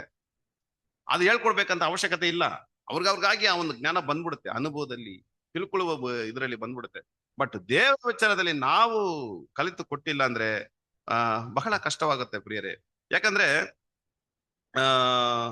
ಈ ಒಂದು ಅದಕ್ಕೆ ಸೌರರು ಒಂದು ಈ ಗೌರವಿಸುವುದು ಬಗ್ಗೆ ನೋಡ್ಬೇಕಾದ್ರೆ ಏನ್ ಹೇಳ್ತಾರಂದ್ರೆ ಇಂಗ್ಲಿಷ್ ಅಲ್ಲಿ, the principle of honouring is not synonymous with obedience ಅಂತ ಹೇಳ್ತಾರೆ. ಏನ್ರಿ ಪ್ರಿಯ ಅರ್ಥ? ಅಂದ್ರೆ ಗೌರವಿಸುವುದು ಎಂಬುದು ವಿಧಿಯರಾಗಿ ಇರುವುದು ಎನ್ನುವುದಕ್ಕೆ ಸಮಾನನಲ್ಲ ಅಂತ ಹೇಳ್ಬಿಟ್ರು. ಏನಂತ ಹೇಳ್ತಾರೆ ಅಂದ್ರೆ, the principle of honouring is not synonymous with obedience. ಅಂದ್ರೆ ತಂದೆ ತಾಯಿಗಳನ್ನು ಗೌರವಿಸುವುದು ಎಂಬುದು ಅದು ವಿಧೇಯರಾಗುವುದಕ್ಕೆ, ಆ ರೀತಿಯಾಗಿ ಎನ್ನುವುದಕ್ಕೆ ಅದು ಸಮಾನವಾಗುವುದಿಲ್ಲ. ಅಂದ್ರೆ ಇನ್ನೊಂದು ಅರ್ಥ ಇದೆ. ಏನಪ್ಪಾ ಅರ್ಥ ಅಂತ ನೋಡ್ಬೇಕಾದ್ರೆ ನಾವು ವಾಕ್ಯ ಓದುವುದಾದ್ರೆ ಏನಂತ ಓದಿದೀವಿ? ಲೆವಿಟಿಕಸ್ 19:3 ತಲೆ ನೆರೆತ ವೃದ್ಧ ಮುಂದೆ ಎದ್ದು ನಿಂದು ಅವರನ್ನು ಸನ್ಮಾನಿಸಬೇಕಂದ್ರೆ ವಯಸ್ಸಲ್ಲಿ ಹಿರಿಯ ಸ್ಥಾನದಲ್ಲಿ ಇರುವವರು, ಅವ್ರಿಗೆ ಒಂದು ಒಳ್ಳೆ ಅನುಭವ ಇರುತ್ತೆ, ಒಳ್ಳೆ ಸಲಹೆಗಳನ್ನು ನೀಡ್ತಾರೆ, ಒಳ್ಳೆ ಬುದ್ಧಿಪಾಠಗಳನ್ನು ಅವರು ನಮ್ಗೆ ಕೊಡಬೇಕಾದ್ರೆ ಅಂತವರ ಅಭಿಪ್ರಾಯಕ್ಕೆ ಮರ್ಯಾದೆ ಕೊಡ್ಬೇಕಾಗ್ತದೆ. ಅಂತ ಅಂತಹ ಒಂದು ಅಭಿಪ್ರಾಯ ನಮ್ಗೆ ಹೇಳ್ಬೇಕಾದ್ರೆ ಅದಕ್ಕೆ ಗೌರವಿಸ್ಬೇಕಂತೆ. ಆ ಗೌರವ ಏನಂದ್ರೆ ಅದಕ್ಕೆ ತಕ್ಕ ಹಾಗೆ ನನ್ನ ಜೀವನದಲ್ಲಿ ನಾನು ಯಾವಾಗ ಅಳವಡಿಸಿಕೊಳ್ತೇನೆ ಆಟೋಮ್ಯಾಟಿಕ್ ಆ ಸನ್ಮಾನ, ಗೌರವ, ಘನತೆ ಯಾರಿಗ ಹೋಗುತ್ತೆ? ಆ ಹಿರಿಯರಿಗೆ ಹೋಗುತ್ತೆ. ಹಾಗಂದ್ರೆ ಈ ಒಂದೇ ಪಾಯಿಂಟ್ ಅಲ್ಲಿ ಎರಡು ವಿಷಯಗಳು ಸೂಕ್ತವಾಗಿ ಬಹಳ ಶಾರ್ಪ್ ಆಗಿ ಹೇಳ್ತಾರೆ. ತಂದೆ ತಾಯಿಗಳ ಜವಾಬ್ದಾರಿ ಏನು, ಮಕ್ಕಳ ಜವಾಬ್ದಾರಿ ಏನು, ಆಮೇಲೆ ಹಿರಿಯರಿಗೆ ನಾವು ಯಾವ ರೀತಿ ಸನ್ಮಾನ ಕೊಡ್ಬೇಕು. ನೋಡಿ ಎಷ್ಟು ಬ್ಯೂಟಿಫುಲ್ ಆಗಿದೆ ಈ ಒಂದು 5ನೇ ಒಂದು ಆಜ್ಞೆ. ಇನ್ನ ಎಷ್ಟು ಆಜ್ಞೆ ಇದೆ? ಇನ್ನ 5 ಆಜ್ಞೆ ಇದೆ. ಈಗಾಗಲೇ 8 ಗಂಟೆ ಆಗ್ಬಿಡ್ತು. ಇನ್ನ ಎಷ್ಟು ಟೈಮ್ ತಗೊಳ್ಳಿ ಬ್ರದರ್? ಮಾಡ್ಲಾ? ಎಷ್ಟಾಗುತ್ತೆ ಅಷ್ಟು ಮಾಡೋಣ. 6ನೇ ಒಂದು ಪಾಯಿಂಟ್ ನಾವು ಓದುವುದಾದ್ರೆ respect for individuality. Respect for individuality, ವ್ಯಕ್ತಿಗತವಿಗೆ ಅಂದ್ರೆ ವ್ಯಕ್ತಿತ್ವಕ್ಕೆ ಒಬ್ಬ ಅವ್ರಿಗೆ ಕೊಡ್ಬೇಕಾದಂತ ಗೌರವ ಯಾವುದು? ಈ 6ನೇ ಪಾಯಿಂಟ್. ಇದು ಬಹಳ ತುಂಬಾ ಚೆನ್ನಾಗಿರುತ್ತದೆ. ಯಾಕಂದ್ರೆ ಇದಕ್ಕಾದಂತ ಒಂದು ವಾಕ್ಯ ವಿಮೋಚನ ಕಾಂಡ 20ನೇ ಅಧ್ಯಾಯ 13ನೇ ವಚನ ಓದೋಣ ನಾವು. ನರಹತ್ಯ ಮಾಡಬಾರದು. ವ್ಯಕ್ತಿತ್ವಕ್ಕೆ ಗೌರವ ಕೊಡ್ಬೇಕಾದಂತ, ಸಲ್ಲಿಸಬೇಕಾದಂತ ಗೌರವ. ಥೌ ಶಾಲ್ ನಾಟ್ ಕಿಲ್ ಅಂದ್ರೆ ನರಹತ್ಯ ಮಾಡಬಾರದು. ಸ್ವಾಮಿ ಪ್ರಸಂಗ ಬೆಟ್ಟದ ಪ್ರಸಂಗ ಎಲ್ಲ ಮಾಡಬೇಕಾದ್ರೆ ಈ ಆಜ್ಞೆ ಒಂದು ನಿಜಾಂಶರ ಮಾತಾಡ್ತಾರೆ. ಅವರ ಇಸ್ರೇಲ್ ಜನಗಳ ಮಧ್ಯದಲ್ಲಿ ಮಾತಾಡಬೇಕಾದ್ರೆ ಮತ್ತಾಯ 5ನೇ ಅಧ್ಯಾಯ 21-22 ಓದನ್ನ. ನರಹತ್ಯ ಮಾಡಬಾರದು. ನರಹತ್ಯ ಮಾಡುವವನು ನ್ಯಾಯ ವಿಚಾರಣೆಗೆ ಗುರಿಯಾಗುವನೆಂದು ಹಿರಿಯರಿಗೆ ಹೇಳಿಯದೆ ಎಂದು ಕೇಳಿದ್ದೀರಷ್ಟೇ. ಆದರೆ ನಾನು ನಿಮಗೆ ಹೇಳುವುದೇನೆಂದರೆ, ತನ್ನ ಸಹೋದರನ ಮೇಲೆ ಸಿಟ್ಟುಗೊಳ್ಳುವ ಪ್ರತಿ ಮನುಷ್ಯನು ನ್ಯಾಯ ವಿಚಾರಣೆಗೆ ಗುರಿಯಾಗುವನು. ತನ್ನ ಸಹೋದರನನ್ನು ನೋಡಿ ಛೀ ನೀಚ ಅನ್ನುವವನು ನ್ಯಾಯ ಸಭೆಗೆ ವಿಚಾರಣೆಗೆ ಒಳಗಾಗುವನು. ಮೂರ್ಖ ಅನ್ನುವವನು ಅಗ್ನಿ ನರಕಕ್ಕೆ ಗುರಿಯಾಗುವನು. ನೋಡಿದ್ರ ಬೇರೆ ಇದು ಬಹಳ ಮುಖ್ಯವಾದಂತ ಒಂದು ವಾಕ್ಯ. ಕಾರಣವಿಲ್ಲದೆ ಕೋಪ ಪಡಬಾರ್ದು, ಇತರರ ಮೇಲೆ ಯಾವ ದೂರು ಹೇಳಬಾರ್ದು. ಅಂದ್ರೆ ಇಷ್ಟು ದಿವಸ ನಾನು ಮಾಡ್ತೀನಿ ಅಂದ್ರೆ ಈ ಒಂದು ವಾಕ್ಯ ನನ್ನಲ್ಲಿ ಇಲ್ಲ ಅಷ್ಟೇ, ನನ್ನ ಜ್ಞಾನಕ್ಕೆ ಬಂದಿಲ್ಲ ಅಂತ ಅರ್ಥ. ನಾವು ನಮ್ಮ ಜೊತೆಲಿರುವ ಸಹೋದರರೊಂದಿಗೆ ಯಾವ ರೀತಿ ನಡ್ಕೋಬೇಕು? ಕಾರಣ ಇಲ್ಲದೆ, ಆಧಾರ ಇಲ್ಲದೆ ನಾವು ಸಹೋದರರನ್ನು ನಾವೇನ್ ಮಾಡ್ಬಾರ್ದು? ದೂರ ಹೇಳಬಾರ್ದು, ಕೊರತೆ ಹೇಳಬಾರ್ದು. ಯಾಕಂದ್ರೆ ನಮ್ಮ ಜೊತೆಲಿರುವ ಸಹೋದರ ಮೇಲೆ ಮೂರ್ಖನೆ ಅಂತ ವಾಕ್ಯ ಹೇಳಿದೆ. ಬುದ್ಧಿಹೀನನೇ, ನೀಚ, ಒಂದೊಂದು ವಾಕ್ಯ. ಕಾರಣವಿಲ್ಲದೆ ನಾವು ಆ ರೀತಿ ಹೇಳಂಗಿಲ್ಲ. ಯಾರು ಹೇಳ್ತಾರಂತ ನೋಡ್ಬೇಕಾದ್ರೆ ವಿಶ್ವಾಸದ ಕೊರತೆಯಲ್ಲಿ ಯಾರು ಇರ್ತಾರೋ ಅವರು ಈ ರೀತಿಯಾದ ಮಾತುಗಳನ್ನು ಮಾತನಾಡ್ತಾರೆ. ದೇವರ ಮೇಲೆ ಯಾರು ಭಯಭಕ್ತಿ ಇಲ್ಲದೆ ಇರ್ತಾರೋ ಅವರು ಈ ಮಾತುಗಳನ್ನು ಮಾತನಾಡ್ಲಿಕ್ಕೆ ಅವಕಾಶ ಇದೆ. ಯಾರು ಈ ರೀತಿ ಮಾತುಗಳು ಮಾತನಾಡ್ತಾರೆ, ಲೋಕದಲ್ಲಿರುವಂತ ಜನಗಳು ಸುಲಭವಾಗಿ ಮಾತನಾಡ್ಬಿಡ್ತಾರೆ. ಇದು ಅವರಿಗೆ ತಪ್ಪಂತ ತೋಚುವುದಿಲ್ಲ. ಆ ರೀತಿ ಲೌಕಿಕ ಪ್ರಕಾರವಾಗಿ ಬಾಳುವುದಾದ್ರೆ ಅಂತವರು ನಮ್ಮ ಸಹೋದರನ್ನೇ ಈ ರೀತಿಯಾದಂತ ಈ ಆಜ್ಞೆಗೆ ವಿರುದ್ಧವಾಗಿ ಹೋಗಿ ಮಾತಾಡ್ಲಿಕ್ಕೆ ಪ್ರಾರಂಭ ಮಾಡ್ತಾರೆ. ಅಂದ್ರೆ ಒಬ್ಬ ಈ ಒಂದು 6ನೇ ಒಂದು ಟೈಟಲ್ ನೋಡ್ಬೇಕಾದ್ರೆ ರೆಸ್ಪೆಕ್ಟ್ ಫಾರ್ ಇಂಡಿವಿಜುವಲಿಟಿ, ವ್ಯಕ್ತಿತ್ವಕ್ಕೆ ಕೊಡ್ಬೇಕಾದಂತ ಗೌರವ. ಅವ್ರ ಬಗ್ಗೆ ನಾವು ಧ್ಯಾನ ಮಾಡ್ಬೇಕಾದ್ರೆ ವಿಶೇಷವಾಗಿ ಅವರಲ್ಲಿ ಇರುವಂತ ಭಿನ್ನಾಭಿಪ್ರಾಯಗಳು, ಆಮೇಲೆ ಅವರ ಒಂದು ಸ್ವಭಾವಕ್ಕೆ ನಾವು ಕೊಡ್ಬೇಕಾದಂತ ಮರ್ಯಾದೆ, ಘನತೆ, ಗೌರವ ಕೊಡ್ಲೇಬೇಕಂತೆ. ಮುಖ್ಯವಾಗಿ ಸಭೆಯಲ್ಲಿ ಇರುವಂತ ಸಹೋದರಿಯರು. ಯಾಕಂದ್ರೆ ಹಲವಾರು ಸಂದರ್ಭಗಳಲ್ಲಿ ನಮಗೆ ವಿಶ್ವಾಸದ ಕೊರತೆ ಇರುವಾಗ ಈ ರೀತಿಯಾಗಿ ನಾವು ಮಾತನಾಡ್ಬಿಡ್ತೀವಿ. ಯಾಕಂದ್ರೆ ಈಗ ಸಭೆಯಲ್ಲಿ ಬರ್ಬೇಕಾದ್ರೆ ಒಬ್ರು ತನ್ನ ಒಂದು ಅಭಿಪ್ರಾಯನು ಹೇಳ್ಬೇಕಾದ್ರೆ ಅದನ್ನ ನಾವ್ ಏನ್ ಮಾಡ್ಬೇಕು? ಮನವರಿಕೆ ಮಾಡಿ ಕೇಳಿ ಅದಕ್ಕೆ ತಕ್ಕಂತ ಉತ್ತರವ ನಾವು ನೀಡುವರಾಗಿ ಇರಬೇಕು. ಒಂದು ವೇಳೆ ತಮ್ಮ ಅಭಿಪ್ರಾಯವನ್ನು ಅವರು ಹೇಳಿ ಒಂದು ವೇಳೆ ಅದನ್ನ ನಾವು ಕೇಳಿಲ್ಲ ಅಂದ್ರೆ ಆ ಒಂದು ವ್ಯಕ್ತಿಗೆ ಅನೇಕ ಒಂದು ನಿರಾಶೆ ಮತ್ತು ಕೋಪ ಬಂದೇ ಬರ್ತದೆ. ಯಾರಿಗೆ ಕೋಪ ಬರುತ್ತೆ ಅಂದ್ಬಿಟ್ಟು ಅವರು ಆ ಒಂದು ನಂಬಿಕೆಯಲ್ಲಿ, ಆ ವಿಶ್ವಾಸದಲ್ಲಿ ದೃಢವಾಗಿ ನಿಲ್ದೇ ಇರುವಂತ ಕಾರಣ ಆಟೋಮೆಟಿಕ್ ಏನ್ ಮಾಡ್ಬಿಡುತ್ತೆ? ಕೋಪ ಬಂದ್ಬಿಡುತ್ತೆ. ನ್ಯಾಯವಾಗಿ ಸಭೆಗೆ ಅಂತ ಒಂದು ಆಜ್ಞೆ ಇದೆ. ಅದಕ್ಕೆ ತಕ್ಕಗೆ, ವಾಕ್ಯಕ್ಕೆ ತಕ್ಕಗೆ ನಾವು ನಡ್ಕೋವಾಗ ನಾವು ಈ ರೀತಿಯಾದ ಸಂಭವಗಳು ಬಂದೇ ಬರುತ್ತೆ ಪ್ರಿಯರೇ. ಸೊ ಆದ್ರಿಂದ ನಾವು ಬಹಳ ತಾಳ್ಮೆಯಿಂದ ಅವರಿಗೆ ವಾಕ್ಯದ ಮುಖಾಂತರ ಕೊಡಬೇಕಾದಂತ ಉತ್ತರಗಳನ್ನು ಕೊಡಬೇಕು. ಯಾಕಂದ್ರೆ ಸಭೆ ಒಳಗೆ ಆ ಬೇರೆ ಬೇರೆ ಸ್ವಭಾವಗಳು, ವಿವಿಧ ಗುಣಗಳು ಇರುವಂತ ಆ ಸಹೋದರ ಸಹೋದರಿಗಳು ಇರ್ತಾರೆ. ಅವರುಗಳ ಒಂದು ಅಭಿಪ್ರಾಯಗಳು ನಾವು ಸ್ವೀಕರಿಸಬೇಕು, ಕೇಳಬೇಕು. ಆದ್ರೆ ಬೇರೆ ಅದನ್ನು ವಿವರಿಸಿ ಅವ್ರಿಗೆ ತಿಳಿಸ್ಬೇಕಂದ್ರೆ ಬಹಳ ತಾಳ್ಮೆಯಿಂದ ನಾವು ತಿಳಿಸ್ಬೇಕು. ಯಾಕೆ ಅಂತ ನೋಡ್ಬೇಕಾದ್ರೆ, ಯಾರನ್ನು ನಾವು ಈ ರೀತಿಯಾಗಿ ವಚನದಲ್ಲಿ ನಾವು ನೀಚ, ಆಮೇಲೆ ಮೂರ್ಖನು ಅಂತ ಈ ರೀತಿ ಅವರ ಒಂದು ಅಭಿಪ್ರಾಯಕ್ಕೆ ನಾವು ವಿರುದ್ಧವಾಗಿ ಏನು ಹೇಳಿದೆ, ಅವರೆಲ್ಲ ನಮ್ಮ ಸಹೋದರ ಸಹೋದರಿಯಾಗಿ ಇರುವುದರಿಂದ ಸ್ವಾಮಿ ಹೇಳಿದರೆ, ನೀವೆಲ್ಲರೂ ಸಭೆ ಯಾವ್ದಕ್ಕೆ ಹೋಲಿಸಿ ಮಾತನಾಡ್ತಾರೆ?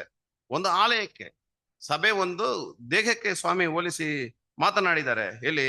1 ಕೊರಿಂಥ 3ನೇ ಅಧ್ಯಾಯ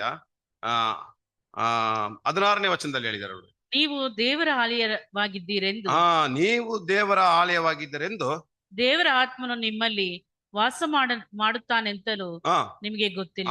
ನಿಮಗೆ ಗೊತ್ತಿಲ್ಲವಾ? ಸೊ ಸಭೆ ಅಂಗದವರು ಎಲ್ಲರಿಗೆ ಸರಿಸಮವಾದ ಒಂದು ಒಂದು ಒಂದು ಮರ್ಯಾದೆ, ರೆಸ್ಪೆಕ್ಟ್. ಅಂದ್ರೆ ರೆಸ್ಪೆಕ್ಟ್ ಫಾರ್ ಇಂಡಿವಿಜುವಲ್ ಅಂತ ಎಲ್ಲರಿಗೂ ಆ ಒಂದು ಘನತೆ ಕೊಡ್ಬೇಕು. ಅಂದ್ರೆ ಈ ಒಂದು ವಿಷಯ ನಾವೆಲ್ಲರೂ ಕಲಿತ್ಕೊಳ್ಬೇಕು. ಪ್ರತಿಯೊಬ್ಬರಿಗೆ, ನಮ್ಮ ಸಹೋದರ ಜೊತೆಯಲ್ಲಿರುವ ಸಹೋದರ ಸಹೋದರೊಂದಿಗೆ ನಾವು ಈಗ ಕೊಡ್ಬೇಕಾದಂತ ಘನತೆ, ಮರ್ಯಾದೆ. ತಂದೆ ತಾಯಿಗಳನ್ನ ಸನ್ಮಾನಿಸ್ತೀವಿ, ಅದೇ ರೀತಿ ನಮ್ಮ ಸಹೋದರ ಸಹೋದರಿಗೆ ನಾವು ಏನ್ ಮಾಡ್ಬೇಕು? ಸನ್ಮಾನಿಸುವರಾಗಿರ್ಬೇಕು. ಯಾಕಂದ್ರೆ ಇದಕ್ಕಿಂತ ಇನ್ನೊಂದು ವಾಕ್ಯ ಬಹಳ ಚೆನ್ನಾಗಿದೆ ನೋಡಿ. 1 ಕೊರಿಂಥದಲ್ಲಿ 12ನೇ ಅಧ್ಯಾಯದಲ್ಲಿ ಅಪೊಸ್ತಲ ಪೌಲರು ಬರಿಬೇಕಾದ್ರೆ ಅದರಲ್ಲಿ 26, 27ನೇ ವಚನ ಮಾತ್ರ ನೀವು ಓದ್ರಿ. ಅದು ಅಂಗಕ್ಕೆ ನೋವಾದರೆ, ಒಂದು ಅಂಗಕ್ಕೆ ನೋವಾದರೆ ಎಲ್ಲಾ ಅಂಗಗಳಿಗೂ ನೋವಾಗುತ್ತದೆ. ನೋಡಿದ್ರ, ಸಭೆಯಲ್ಲಿ ಒಂದು ಅಂಗಕ್ಕೆ ವಿರುದ್ಧವಾಗಿ ನಾವು ಮಾತನಾಡುವಾಗ ಎಲ್ಲ ಅಂಗಕ್ಕೂ ನೋವಾಗುತ್ತೆ. ತುಂಬಾ ಕಷ್ಟವಾಗುತ್ತಲ್ವೇ? ಒಂದು ಅಂಗಕ್ಕೆ ನೋವಾದ್ರೆ ಎಲ್ಲಾ ಅಂಗಗಳಿಗೂ ನೋವಾಗುತ್ತದೆ. ಹೇಗೆ ದೇಹದ ಅಂಗಗಳೆಲ್ಲವೂ ಅನೇಕವಾಗಿದ್ರು ಒಂದೇ ದೇಹವಾಗಿರುವುದೋ ಹಾಗೆಯೇ ಕ್ರಿಸ್ತನು. ಎಲ್ಲಿ ಹೋಗುತ್ತೆ ನೋಡಿ ಈ ಒಂದು ಆಜ್ಞೆ, ಎಲ್ಲಿಗೆ ಕರ್ಕೊಂಡು ಹೋಗುತ್ತೆ? ಅದು ಮಾತ್ರವಲ್ಲದೆ, ಒಂದು ಅಂಗಕ್ಕೆ ಮರ್ಯಾದೆ ಬಂದರೆ ಎಲ್ಲಾ ಅಂಗಕ್ಕೂ ಏನಾಗುತ್ತಂತೆ? ಸಂತೋಷವಾಗುತ್ತೆ. ಜಸ್ಟ್ ಇಮ್ಯಾಜಿನ್ ಮಾಡಿ, ಈ ರೀತಿಯಾದ ಒಂದು ಒಗ್ಗಟ್ಟು, ಈ ರೀತಿಯಾದ ಒಂದು ಐಕ್ಯತೆ ನಮ್ಮ ಮಧ್ಯದಲ್ಲಿ ಇದೆಯಾ? ಒಂದು ವೇಳೆ ಇಲ್ಲದಿದ್ರೆ ಅದನ್ನ ಸರಿಪಡಿಸ್ಕೊಂಡು ನಾವು ಬದುಕುರಾಗಿರ್ಬೇಕು. ಅದರಲ್ಲಿ 27ನೇ ವಚನ ಓದಿ. ನೀವು ಕ್ರಿಸ್ತನ ದೇಹವು ಮತ್ತು ಒಬ್ಬೊಬ್ಬರಾಗಿ ಅದಕ್ಕೆ ಅಂಗಗಳ. ಸ್ವಾಮಿ ಹೇಳ್ಬಿಟ್ರು, ನೀವ್ ಎಲ್ಲಿದ್ದೀರಾ? ಕ್ರಿಸ್ತನ ದೇಹದಲ್ಲಿ ಇದ್ದೀರಾ. ನೀವೇ ಕ್ರಿಸ್ತನ ದೇಹ ಅಂತ ಹೇಳ್ಬೇಕಾದ್ರೆ ಅದರಲ್ಲಿ ಒಬ್ಬೊಬ್ಬರಾಗಿ ಅದಕ್ಕೆ ಅಂಗಗಳಾಗಿ ಇದ್ದೀರಾ. ಅಂದ್ರೆ ವ್ಯಕ್ತಿಗತವಾದಂತ ಒಬ್ಬ ಇಂಡಿವಿಜುವಲಿಟಿಗೆ ಕೊಡ್ಬೇಕಾದಂತ ಘನತೆ ಆಜ್ಞೆ ಹೇಳ್ತದೆ, ಕೊಡಲೇಬೇಕು. ಅದಕ್ಕೆ ವಿರೋಧವನಾಗಿನ ಇಲ್ಲ, ನಾನು ಕೊಡಲ್ಲ, ಮಾತನಾಡಲ್ಲ, ಅವ್ರ ಕೈ ಕೊಟ್ಟು ನಾನು ಮುಖ ತಿರ್ಕೊಂಡು ಹೋಗ್ತೀನಿ, ಮಾಡಬಾರ್ದು. ಆಜ್ಞೆಗೆ ವಿರೋಧವಾಗಿ ನಾವು ನಡಿತೀವಿ, ಆಜ್ಞೆಗೆ ವಿರೋಧವಾಗಿ ನಾವು ಎಲ್ಲವನ್ನು ಮಾಡುವಾಗ ಅದಕ್ಕಾದಂತ ಫಲ ನಾವೇ ಅನುಭವಿಸರಾಗಿರ್ತೀವಿ ಬೇರೆ. ಅದರಿಂದ ಯಾಕಂದ್ರೆ ದೇವರ ಮಾತು ಯಾವತ್ತೂ ವ್ಯರ್ಥವಾಗುವುದಿಲ್ಲ, ಅದು ನೆರವೇರುತ್ತೆ ಎಂಬ ಒಂದು ಈ ಒಂದು ಆಜ್ಞೆ ಮುಖಾಂತರ ನಾವು ಕಲ್ತ್ಕೊಂಡಿದ್ವಿ. ವ್ಯಕ್ತಿತ್ವಕ್ಕೆ ಕೊಡಬೇಕಾದಂತ ಗೌರವ ನಾವು ತೋರಿಸಬೇಕು. ಎಲ್ಲಾ ಒಂದು ಸಹೋದರ ಸಹೋದರಿಯರ ಒಂದು ನಡುವಿನ ಎಲ್ಲಾ ವಿಧವಾದ ಅವರ ಒಂದು ಸಂಬಂಧಗಳಿಗೂ ನಾವು ಕೊಡಬೇಕಾದಂತ ಒಂದು ಮೂಲ ತತ್ವವಾಗಿದೆ ಪ್ರಿಯರೇ. ಇದು 6ನೇ ಒಂದು ಪಾಯಿಂಟ್. 7ನೇ ಒಂದು ಪಾಯಿಂಟ್ ನಾವು ಧ್ಯಾನ ಮಾಡುವುದಾದ್ರೆ, ರೆಸ್ಪೆಕ್ಟ್ ಫಾರ್ ಕಾಂಟ್ರಾಕ್ಟ್. ಒಪ್ಪಂದಗಳಿಗೆ ಕೊಡಬೇಕಾದಂತ ಗೌರವ. ಏನಪ್ಪಾ ಇದು? ಒಂದು ವಿಚಿತ್ರವಾಗಿದೆ. ರೆಸ್ಪೆಕ್ಟ್ ಫಾರ್ ಕಾಂಟ್ರಾಕ್ಟ್ ವಾಕ್ಯ ಹೇಳ್ತಾ ಇದೆ ನೋಡಿ. ಎಕ್ಸೋಡಸ್ 20ನೇ ಅಧ್ಯಾಯ 14ನೇ ವಚನದಲ್ಲಿ, ವ್ಯಭಿಚಾರ ಮಾಡಬಾರದು. ಸೊ ಇದಕ್ಕಾದಂತ ವಿವರಣೆ ನಾವು ಎಲ್ಲಿ ನಾವು ಓದುವುದಾದ್ರೆ,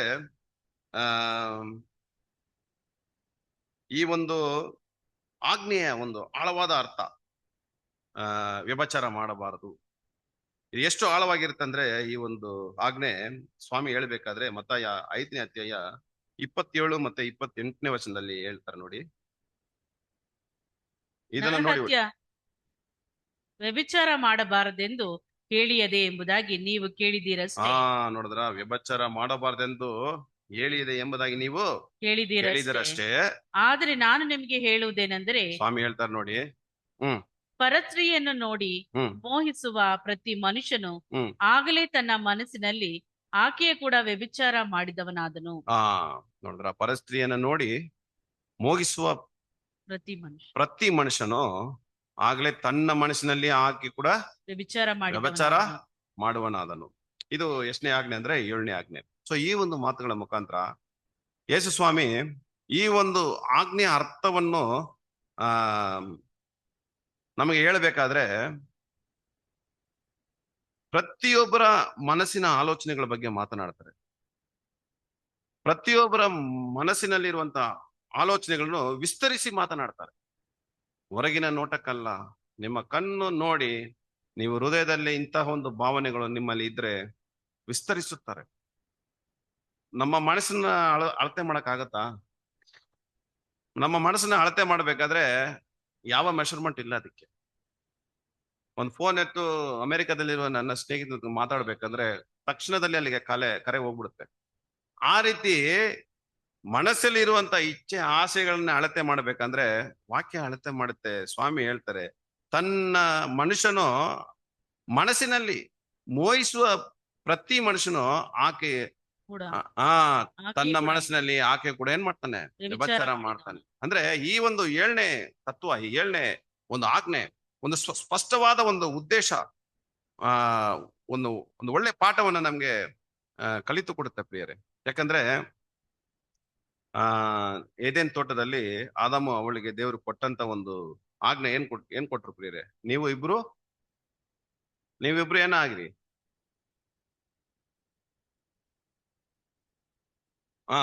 ಅದಕ್ಕೇನ್ ಹೇಳ್ತಾರೆ ಪ್ರಿಯರೇ? ವಾಕ್ಯ ಗೊತ್ತಿಲ್ಲ ನನಗೆ.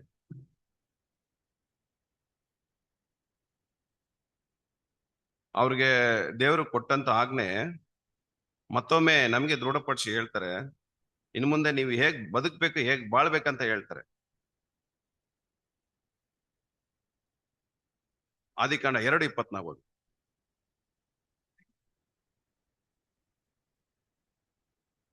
ಆದಿಕಾಂಡ 2ನೇ ಅಧ್ಯಾಯ 24ನೇ ವಚನ. ಈ ಕಾರಣದಿಂದ ಪುರುಷನು ಆ ತಂದೆ ತಾಯಿಗಳನ್ನು ಬಿಟ್ಟು ತನ್ನ ಹೆಂಡತಿಯನ್ನು ಸರಿಕೊಳ್ಳುವನು, ಅವರಿಬ್ಬರು ಒಂದೇ ಒಂದೇ ಶರೀರವಾಗಿ. ಒಂದು ವೇಳೆ ನಾವು ಆ ಈ ಒಂದು ವಾಕ್ಯಕ್ಕೆ ವಿರೋಧವಾಗಿ ಇದ್ರೆ ಪರಸ್ತ್ರೀಯನ್ನು ನೋಡಿ ಮೋಹಿಸುವ ಪ್ರತಿಯೊಂದು ಮನುಷ್ಯ ಒಂದು ವೇಳೆ ಆ ಒಂದು ಗುಣಲಕ್ಷಣದಿಂದ ಬಾಳುವುದಾದ್ರೆ ಖಂಡಿತ ಅವರಿಬ್ರು ಒಂದೇ ಮಾಂಸವಾಗಿ ಮಾರ್ಪಡ್ತಾರೆ. ಅಂದ್ರೆ ದೇವರ ಆಜ್ಞೆಗೆ ವಿರುದ್ಧವಾಗಿ ನಾವು ಏನ್ ಮಾಡ್ಬಿಡ್ತೀವಿ? ಹೋಗ್ತಾ ಇರ್ತೀವಿ. ಹಂಗಂದ್ರೆ ನನ್ನ ಒಂದು ಸಮರ್ಪಣೆ, ದೇವರ ನಂಬಿನೇ ನಮ್ಮನ್ನ ಕರೆದಿರೋದು. ಈ ಒಂದು ಆಜ್ಞೆಗೆ ವಿರುದ್ಧವಾಗಿ ಹೋದ್ರೆ ಒಂದು ದೊಡ್ಡ ತಪ್ಪಾಗುತ್ತೆ ಆಗಿರೋದ್ರಿಂದ ಈ 7ನೇ ಆಜ್ಞೆ ಒಂದು ಮೂಲ ತತ್ವ, ಗಂಡ ಹೆಂಡತಿ ನಡುವೆ ಇರುವಂತ ಸಂಬಂಧ ಅದು ಪವಿತ್ರವಾದದ್ದು. ಅದು ಪವಿತ್ರವಾಗಿ ನಾವು ಕಾಪಾಡ್ಕೋಬೇಕು. ಗಂಡ ಹೆಂಡತಿನ ಸನ್ಮಾನಿಸಬೇಕು, ಹೆಂಡತಿ ಗಂಡನ್ನ ಸನ್ಮಾನಿಸುವಾಗ ಆ ಒಂದು ಗೌರವ, ಅದೇ ಹೇಳಿದೆ 6 ಆಜ್ಞೆಗಳು ನೋಡಿ ಆ ಮರ್ಯಾದೆ ಎಲ್ಲಾ ಕಡೆಗೂ ಅದು ಪ್ರಯಾಣ ಮಾಡಿ ಬರುವುದನ್ನು ನಾವು ನೋಡಬಹುದು. ಅವರು ಇಬ್ರು ನಡುವೆಯಲ್ಲಿ ಇರುವಂತ ಒಂದು ಸಂಬಂಧಕ್ಕೆ ಅದು ಪರಿಶುದ್ಧವಾದಂತ ಒಂದು ಜೀವನ, ಅದಕ್ಕೆ ಕೊಡಬೇಕಾದಂತ ಘನತೆ ಮರ್ಯಾದೆ ಅವರಿಬ್ರು ಕೈಯಲ್ಲಿ ಇದೆ ಪ್ರಿಯರೇ. ಹಾಗಂದ್ರೆ ಪ್ರಿಯರೇ, ಇದು ಎಲ್ಲಾ ಉಡன்பಡಿಕೆಗಿಂತ ಈ ಒಂದು ಒಪ್ಪಂದದ ಈ ಒಂದು ಉಡಂಬಡಿಕೆ, ಈ ಒಂದು 7ನೇ ಪಾಯಿಂಟ್, ಇದರ ಕುರಿತು ಅಪೊಸ್ತಲ ಪೌಲರು ಮಾತನಾಡುವಾಗ 2ನೇ ಕೊರಿಂಥ 6ನೇ ಅಧ್ಯಾಯ 14ರಿಂದ 16ನೇ ತನಕ ಓದಿದ್ವಿ. ನೀವು ಕ್ರಿಸ್ತ ನಂಬಿಕೆಯಿಲ್ಲದವರೊಂದಿಗೆ ಸೇರಿ ಇಜ್ಜೋಡಾಗಬೇಡಿರಿ. ಧರ್ಮಕ್ಕೂ ಅಧರ್ಮಕ್ಕೂ ಜೊತೆ ಏನು? ಬೆಳಕಿಗೂ ಕತ್ತಲಿಗೂ ಐಕ್ಯವೇನು? ಕ್ರಿಸ್ತನಿಗೂ ಸೈತಾನನಿಗೂ ಒಡನಾಟವೇನು? ನಂಬುವವನಿಗೂ ನಂಬದೇ ಇರುವವನಿಗೂ ಪಾಲುಗಾರಿಕೆ ಏನು? ದೇವರ ಮಂದಿರಕ್ಕೂ ವಿಗ್ರಹಗಳಿಗೂ ಒಪ್ಪಿಗೆ ಏನು? ನಾವು ಜೀವ ಸ್ವರೂಪನಾದ ದೇವರ ಮಂದಿರವಾಗಿದ್ದೇವೆ ಅಲ್ಲ? ನಾವು ಜೀವ ಸ್ವರೂಪ ದೇವರ ಮಂದಿರವಾಗಿದ್ದೀವಿ. ಅಂದ್ರೆ ಗಂಡ ಹೆಂಡತಿ ಇಬ್ಬರು ಸೇರಿ ಜೀವ ಸ್ವರೂಪನ ದೇವರ ಮಂದಿರದಲ್ಲಿ ಇರ್ಬೇಕಾದ್ರೆ ಅವರ ಒಂದು ಶುದ್ಧವಾದ ಅದಕ್ಕೆ ಕೊಡ್ಬೇಕಾದಂತ ಘನತೆ ಮರ್ಯಾದೆ ಕೊಟ್ರೆ ಆಟೋಮೆಟಿಕ್ ದೇವರ ಹತ್ರ ಒಂದು ಒಳ್ಳೆ ಫಲ ಅವ್ರಿಗೆ ಸಿಕ್ಕೇ ಸಿಕ್ಕ. 8ನೇ ಒಂದು ಆಜ್ಞೆಗೆ ನಾವು ಬಂದ್ಬಿಟ್ಟಿದ್ವಿ, ರೆಸ್ಪೆಕ್ಟ್ ಫಾರ್ ಪ್ರಾಪರ್ಟಿ. ಇತರರ ಆಸ್ತಿಗಳಿಗೆ ಇತರರ ಗೌರವ ಕೊಡ್ಬೇಕಂತ ರೆಸ್ಪೆಕ್ಟ್, ಅದರಲ್ಲಿ ಮರ್ಯಾದೆ ಬರ್ಬೇಕು. ಇತರರ ಒಂದು ಆಸ್ತಿ ಓದನ ವಿಮೋಚನೆ ಕಾಂಡ 20ನೇ ಅಧ್ಯಾಯ 15ನೇ ವಚನ. ಕಡಿಯಬಾರದು, ಕಳ್ತನ ಮಾಡಬಾರದು. ಆಸ್ತಿ ಅಂತ ನೋಡ್ಬೇಕಾದ್ರೆ ಈ ಆಸ್ತಿ ಪದದ ಒಂದು ಅರ್ಥ, ಅದರ ಅರ್ಥವನ್ನು ನಾವು ವಿಸ್ತಾರವಾಗಿ ನೋಡ್ಬೇಕಾದ್ರೆ ಈ ಒಂದು ಆಜ್ಞೆಗೆ ಪ್ರಿಯರೇ ಆಳವಾದ ಅರ್ಥ ಇದೆ. ಯಾಕಂದ್ರೆ ಇಲ್ಲಿ ಆಸ್ತಿ ಅಂತ ನೋಡ್ಬೇಕಾದ್ರೆ ಹಣ, ಹೊಲ, ವಸ್ತು ಈ ರೀತಿಯಾದ ಆಸ್ತಿಗಳಿಗೆ ಅದನ್ನ ನಾವು ಅನ್ವಯಿಸಬಹುದು. ಆ ರೀತಿ ನಮ್ಮ ಒಂದು ಮನೋಭಾವ ಇದೆ. ಆಸ್ತಿ ಅಂತ ನೋಡ್ಬೇಕಾದ್ರೆ ಆ ನಮಗೆ ನಮ್ಮ ಒಂದು ಜ್ಞಾನಕ್ಕೆ ಬರುವಂತ ಒಂದು ಉತ್ತರ ನೆಲ, ಆಮೇಲೆ ಹಣ, ವಸ್ತುಗಳು, ಆಮೇಲೆ ಅವ್ರಿಗಿರುವಂತ ಸಂಪತ್ತು, ಆಮೇಲೆ ಆಸ್ತಿಗಳನ್ಬಿಟ್ಟು ನಾವು ಭಾವಿಸ್ಬೋದು, ಅನ್ವಯಿಸ್ಕೋಬಹುದು. ಆದ್ರೆ ಮನುಷ್ಯನಿಗೆ ಇದಕ್ಕಿಂತ ಅಮೂಲ್ಯವಾದ ಸಂಪತ್ತುಗಳು ಇದೆ ಬೇರೆ. ನಿಮ್ಗೆ ವಿಲಿಯಂ ಶೇಕ್ಸ್ಪಿಯರ್ ಗೊತ್ತು, ಅವರು ಒಂದು ಸೇಯಿಂಗ್ಸ್ ಹೇಳಿದ್ದಾರೆ. ಏನಂತ ಹೇಳಿದ್ರೆ, ಒಬ್ಬ ಮನುಷ್ಯನು ನನ್ನ ಹಣದ ಚೀಲವನ್ನು ಕಳ್ತನ ಮಾಡ್ಬಿಟ್ರೆ, ಕದ್ಕೊಂಡ್ಬಿಟ್ರೆ ನನ್ಗೆ ಸ್ವಲ್ಪ ನಷ್ಟವಾಗುತ್ತೆ. ನಷ್ಟನೇ ಅಂದ್ರೆ ಒಬ್ಬ ಮನುಷ್ಯನು ನನಗಿರುವಂತ ಒಳ್ಳೆ ಹೆಸರು, ನನಗಿರುವಂತ ಒಳ್ಳೆ ಗೌರವವನ್ನು ಅವನು ಕಳ್ತನ ಮಾಡ್ಬಿಟ್ರೆ ನಾನು ನನಗಿರುವುದನ್ನ ಎಲ್ಲವೂ ಕಲ್ತ್ಕೊಂಡ್ಬಿಡ್ತೀನಿ. ಏನ್ ಹೇಳ್ತಾರೆ, ಏನ್ ಹೇಳಕ್ ಬರ್ತಾರೆ ಪ್ರಿಯರೇ? ಇದನ್ನ ನೀವು ಕೇಳ್ವಿಪಟ್ಟಿರ್ಬೋದು. ನಮ್ಮ ಜೊತೆಯಲ್ಲಿರುವ ಸಹೋದರ ಸಹೋದರರನ್ನು ಇತರರ ಬಗ್ಗೆ ಕೊರತೆ ಹೇಳುವುದು, ಸುಳ್ಳು ದೋಷಣೆ ಮಾಡೋದು, ಆರೋಪ ಮಾಡೋದು, ಸಾಕ್ಷಿ ಇಲ್ಲದೆ, ಆಧಾರವಿಲ್ಲದೆ ನಾವು ಏನಾದ್ರೂ ಆರೋಪ ಮಾಡುವವರಾಗಿದ್ರೆ ಈ 8ನೇ ಆಜ್ಞೆಗೆ ವಿರುದ್ಧವಾಗಿ, ಈ ತತ್ವಕ್ಕೆ ವಿರುದ್ಧವಾಗಿ ನಾವೇನ್ ಮಾಡ್ತೀವಿ? ಹೋಗಿ ಆ ತತ್ವಕ್ಕೆ ವಿರೋಧವಾಗಿ ನಾವೇನ್ ಮಾಡ್ತೀವಿ? ನಮ್ಮ ಒಂದು ಕ್ರಿಯೆಗಳಲ್ಲಿ ನಾವು ಪ್ರಯಾಣ ಮಾಡ್ತಾ ಇರ್ತೀವಿ. ಅಂದ್ರೆ ಈ 8ನೇ ಆಜ್ಞೆ ಒಂದು ಮೂಲ ತತ್ವದಲ್ಲಿ ಸ್ವಾಮಿ ಏನ್ ಮಾಡಿದ್ದಾರೆ? ಪ್ರತಿಯೊಬ್ಬರ ಒಂದು ಆಸ್ತಿಗೆ ಏನ್ ಮಾಡಿ ಗೌರವ ಕೊಡಿ. ಅಂದ್ರೆ ಆಸ್ತಿ ಅಂತ ನೋಡ್ಬೇಕಾದ್ರೆ ಆಗ್ಲೇ ನಾನು ಹೇಳ್ಬಿಟ್ಟೆ. ಯಾಕಂದ್ರೆ ಮನುಷ್ಯನಿಗೆ ಅಮೂಲ್ಯವಾದದ್ದು ಇನ್ನೊಂದು ಆಸ್ತಿ ಇದೆ. ಏನಂತ ನೋಡೋದಾದ್ರೆ ಸಮಯ. ಒಬ್ರು ಹೋಗಿ ಇನ್ನೊಬ್ರು ಸಮಯವನ್ನು, ಅವರ ಒಂದು ಪರ್ಮಿಷನ್ ಇಲ್ಲದೆ ಅವರ ಒಂದು ಸಮಯವನ್ನು ತಗೊಂಡ್ಬಿಟ್ರೆ ಏನಾಗತ್ತೆ? ಅದು ಕದ್ದುಕೊಳ್ಳಕ್ಕೆ ಸಮಾನ. ಇನ್ನೊಬ್ಬರ ಸಮಯವನ್ನು ನಾವು ಕಳ್ತನ ಮಾಡಬಾರ್ದು. ಅದು ಮಾತ್ರವಲ್ಲದೆ ಒಬ್ರು ಹೋಗಿ ಇನ್ನೊಬ್ಬರ ಒಂದು ಹಕ್ಕು ಏನಂತ ನೋಡ್ಬೇಕಾದ್ರೆ ಅವರ ಒಂದು ಪ್ರೈವೇಸಿಯನ್ನು ನಾವು ಅದರಲ್ಲಿ ಹೋಗಿ ನಾವು ಬೀಳುವಾಗ ಕರೆಕ್ಟ್ ಅದನ್ನು ನಾವ್ ಏನ್ ಮಾಡ್ಬಿಡ್ತೀವಿ? ಕದ್ದುಕೊಳ್ತೀವಿ. ಅದು ಕಳ್ತನಕ್ಕಾಗತ್ತೆ. ಅದು ಏನಂತ ಹೇಳ್ತಾ ಇದ್ರೆ, ಅದೆಲ್ಲ ಒಬ್ರೊಬ್ಬರ ಒಂದು ಆಸ್ತಿ. ಆ ಆಸ್ತಿಗೆ ತಕ್ಕಂತ ನಾವು ಮರ್ಯಾದೆ, ಘನತೆ ಕೊಡ್ಬೇಕು. ಯಾಕಂದ್ರೆ 8ನೇ ಒಂದು ಆಜ್ಞೆಯಲ್ಲಿ ಕದಿಯಬಾರದು ಎಂಬ ಒಂದು ಆಜ್ಞೆಯ ಒಂದು ನಾವು ಧ್ಯಾನ ಮಾಡ್ಬೇಕಾದ್ರೆ ಹಣ ಇರ್ಬೋದು, ಅವರ ಒಂದು ಸಂಪತ್ತು, ಆಸ್ತಿಗಳು ಇರ್ಬೋದು, ಅದು ಮಾತ್ರವಲ್ಲದೆ ನಮ್ಮ ಒಂದು ಪ್ರವೇಶಿ ಬಗ್ಗೆ ಹೇಳ್ತಾರೆ. ಇನ್ನೊಬ್ಬರ ಸಮಯವನ್ನು ನೀವು ಕದ್ಕೋಬೇಡ್ರಿ. ಇನ್ನೊಬ್ಬರ ಒಂದು ಆ ಸಮಯ, ಇನ್ನೊಬ್ಬರ ಒಂದು ಅವರ ಒಂದು ಸಂಪತ್ತು, ಅವರ ಒಂದು ಪ್ರೈವೇಸಿ ನೀವ್ ಏನ್ ಮಾಡಬಾರ್ದು? ಕತ್ಕೋಬಾರ್ದು. ಇನ್ನೊಬ್ರಿಗೆ ಒಳ್ಳೆ ಹೆಸರನ್ನ ಕೆಡಿಸ್ಬೇಡ್ರಿ. ಇನ್ನೊಬ್ಬರ ಒಂದು ಅವ್ರಿಗೆ ಅವರ ಮರ್ಯಾದೆಗೆ ವಿರೋಧವಾಗಿ ನೀವು ಏನು ಮಾಡಕ್ ಹೋಗ್ಬೇಡಿ ಅಂತ ಹೇಳಿ ಏನಂತ ಹೇಳ್ತಾರೆ? Respect for property. ಅಂದ್ರೆ ಇತರರ ಆಸ್ತಿಗೆ ಕೊಡ್ಬೇಕಾದಂತ ಗೌರವವನ್ನು ಕೊಡ್ಬೇಕಂದ್ಬಿಟ್ಟು ಈ ತತ್ವ ನಮ್ಗೆ ತಿಳಿಸ್ತಾರೆ ಪ್ರಿಯರೇ. 9ನೇ ಒಂದು ಆಜ್ಞೆಗೆ ನಾವು ಹೋಗೋದಾದ್ರೆ ರೆಸ್ಪೆಕ್ಟ್ ಫಾರ್ ಟ್ರೂತ್, ಸತ್ಯಕ್ಕೆ ಕೊಡ್ಬೇಕಾದಂತ ಗೌರವ. ಇದು ತುಂಬಾ ಒಳ್ಳೆ ಒಂದು ಸತ್ಯಕ್ಕೆ ಕೊಡ್ಬೇಕಾದಂತ ಗೌರವ. ವಿಮೋಚನಾ ಕಾಂಡ 20ನೇ ಅಧ್ಯಾಯ 16ನೇ ವಚನ ಓಡಿ. ಮತ್ತೊಬ್ಬನ ಮೇಲೆ ಸುಳ್ಳು ಸಾಕ್ಷಿ ಹೇಳಬಾರದು. ಮತ್ತೊಬ್ಬನ ಮೇಲೆ ಸುಳ್ಳು ಸಾಕ್ಷಿ ಹೇಳಬಾರದು. ಈ ಸುಳ್ಳು ಸಾಕ್ಷಿ ಎಂಬ ಒಂದು ಪದ ಇದು ತೀರ್ಮಾನಿಸುವುದಕ್ಕೆ ಹಲವಾರು ಶತಮಾನಗಳಾಯ್ತು. ಏನಪ್ಪಾ ಇದು ಸುಳ್ಳು ಸಾಕ್ಷಿ? ಹಲವಾರು ಶತಮಾನಗಳಾಯ್ತು. ಇದು ದೊಡ್ಡ ಸವಾಲಾಗಿತ್ತು ಜನಗಳಿಗೆ, ಸುಳ್ಳು ಸಾಕ್ಷಿ. ಅದಕ್ಕೆ ತುಂಬಾ ಹೆಚ್ಚಾದವಂತ ಒಂದು ನ್ಯಾಯಾಲಯಗಳು ಬಂತು. ಆಮೇಲೆ ವಕೀಲದಾರರು ಸುಮಾರು ಬಂದ್ರು. ಅಲ್ಲಿ ಬಂದ ಮೇಲೆ ಈ ಸುಳ್ಳು ಸಾಕ್ಷಿ ಇದನ್ನ ವಿವಾದಿಸಿ ವಾದ ವಿವಾದಗಳು ಎಲ್ಲಿಗೆ ಕರ್ಕೊಂಡು ಹೋಗ್ಬಿಡ್ತಾನೆ ಅಂದ್ರೆ ಇಡೀ ಲೋಕ ಪೂರ್ತಿ ನ್ಯಾಯಾಲಯಗಳು ಬರೋಕೆ ಕಾರಣ ಸುಳ್ಳು ಸಾಕ್ಷಿ ಅಂತೆ. ಆಮೇಲೆ ಅವರು ಬಂದು ಆ ಸುಳ್ಳು ಸಾಕ್ಷಿನ ಕರೆಕ್ಟ್ ಆಗಿ ಕಂಡು ಹಿಡಿದ್ರು. ಅದಕ್ಕೆ ಒಂದು ನ್ಯಾಯಾಲಯ ಬೇಕು, ವಕೀಲದಾರರು ಬೇಕು. ವಕೀಲದಾರರು ಬಂದ ಮೇಲೆನೆ ಆ ಸುಳ್ಳು ಸಾಕ್ಷಿಗೆ ಒಂದು ಒಳ್ಳೆ ಉತ್ತರ ಸಿಕ್ತಂತೆ. ನಮ್ಮ ಹಳೆ ಗ್ರಂಥದಲ್ಲಿ ನೋಡ್ಬೇಕಾದ್ರೆ ಮೋಶೆ ಧರ್ಮಶಾಸ್ತ್ರದಲ್ಲಿ ಐಗುಪ್ತ ದೇಶದಿಂದ ಇಸ್ರೇಲ್ ಮಕ್ಕಳನ್ನು ಕರ್ಕೊಂಡು ಬರುವಾಗ ಎಷ್ಟು ಸಂಖ್ಯೆ ಇದ್ರು? ಜನಸಂಖ್ಯೆ 25ಕ್ಕಿಂತ ಹೆಚ್ಚಾದ ಜನಗಳಿದ್ರಲ್ಲ. ಅವರಲ್ಲಿ ಅವರ ನಡುವೆ ಸುಮಾರು ವಿವಾದಗಳು, ಸುಮಾರು ಸಮಸ್ಯೆಗಳಿತ್ತು. ಅದನ್ನ ವಿವಾದಿಸುವುದಕ್ಕೆ, ತೀರ್ಮಾನಿಸುವುದಕ್ಕೆ 70 ಮಂದಿಯನ್ನು ನಿಯಮಿಸಿದ್ರು. ಯಾರು? ಮೋಶೆ. ಯಾಕೆ ನಿಯಮಿಸಿದ್ರು?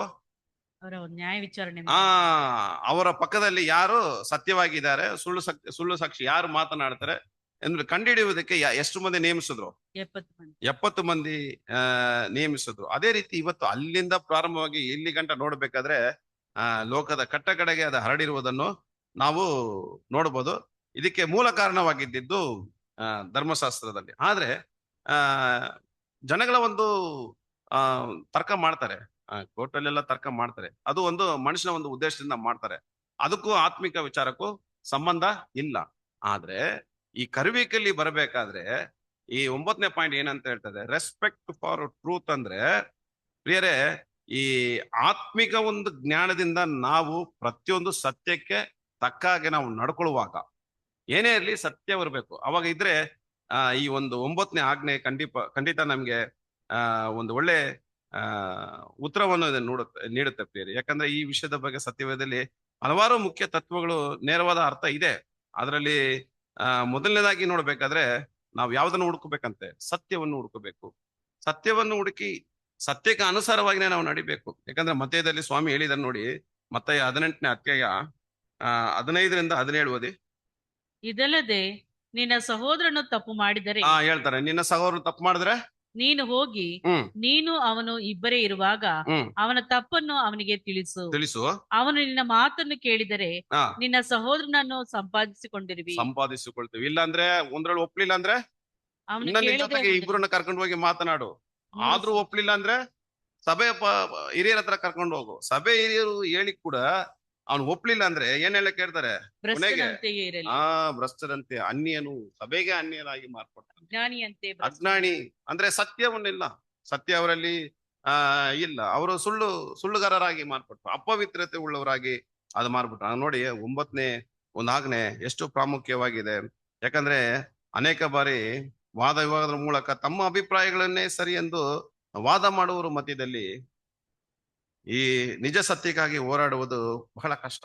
ಆದ್ರೂ ನಾವು ಈ ಆಜ್ಞೆಯನ್ನು ನಾವು ಮನಸ್ಸಿನಲ್ಲಿ ಇಟ್ಟುಕೊಂಡು, ಯಾಕಂದ್ರೆ ಈ ಒಂದು ಆಜ್ಞೆಗಳ ಮೂಲ ತತ್ವಗಳನ್ನು, ಆ ಸತ್ಯವನ್ನು, ಅದರ ಪರವಾಗಿ ನಾವು ನಡೆಯುವಾಗ ಖಂಡಿತ ದೇವರ ಮಧ್ಯದಲ್ಲಿ ನಮಗೆ ಒಳ್ಳೆ ಹೆಸರು ನಾವು ಪಡ್ಕೋಬಹುದು. ಕೊನೆಗೆ 10ನೇ ಒಂದು ಆಜ್ಞೆಯನ್ನು ನಾವು ನೋಡುವುದಾದ್ರೆ, the principle of contentment. Contentment ಅಂದ್ರೆ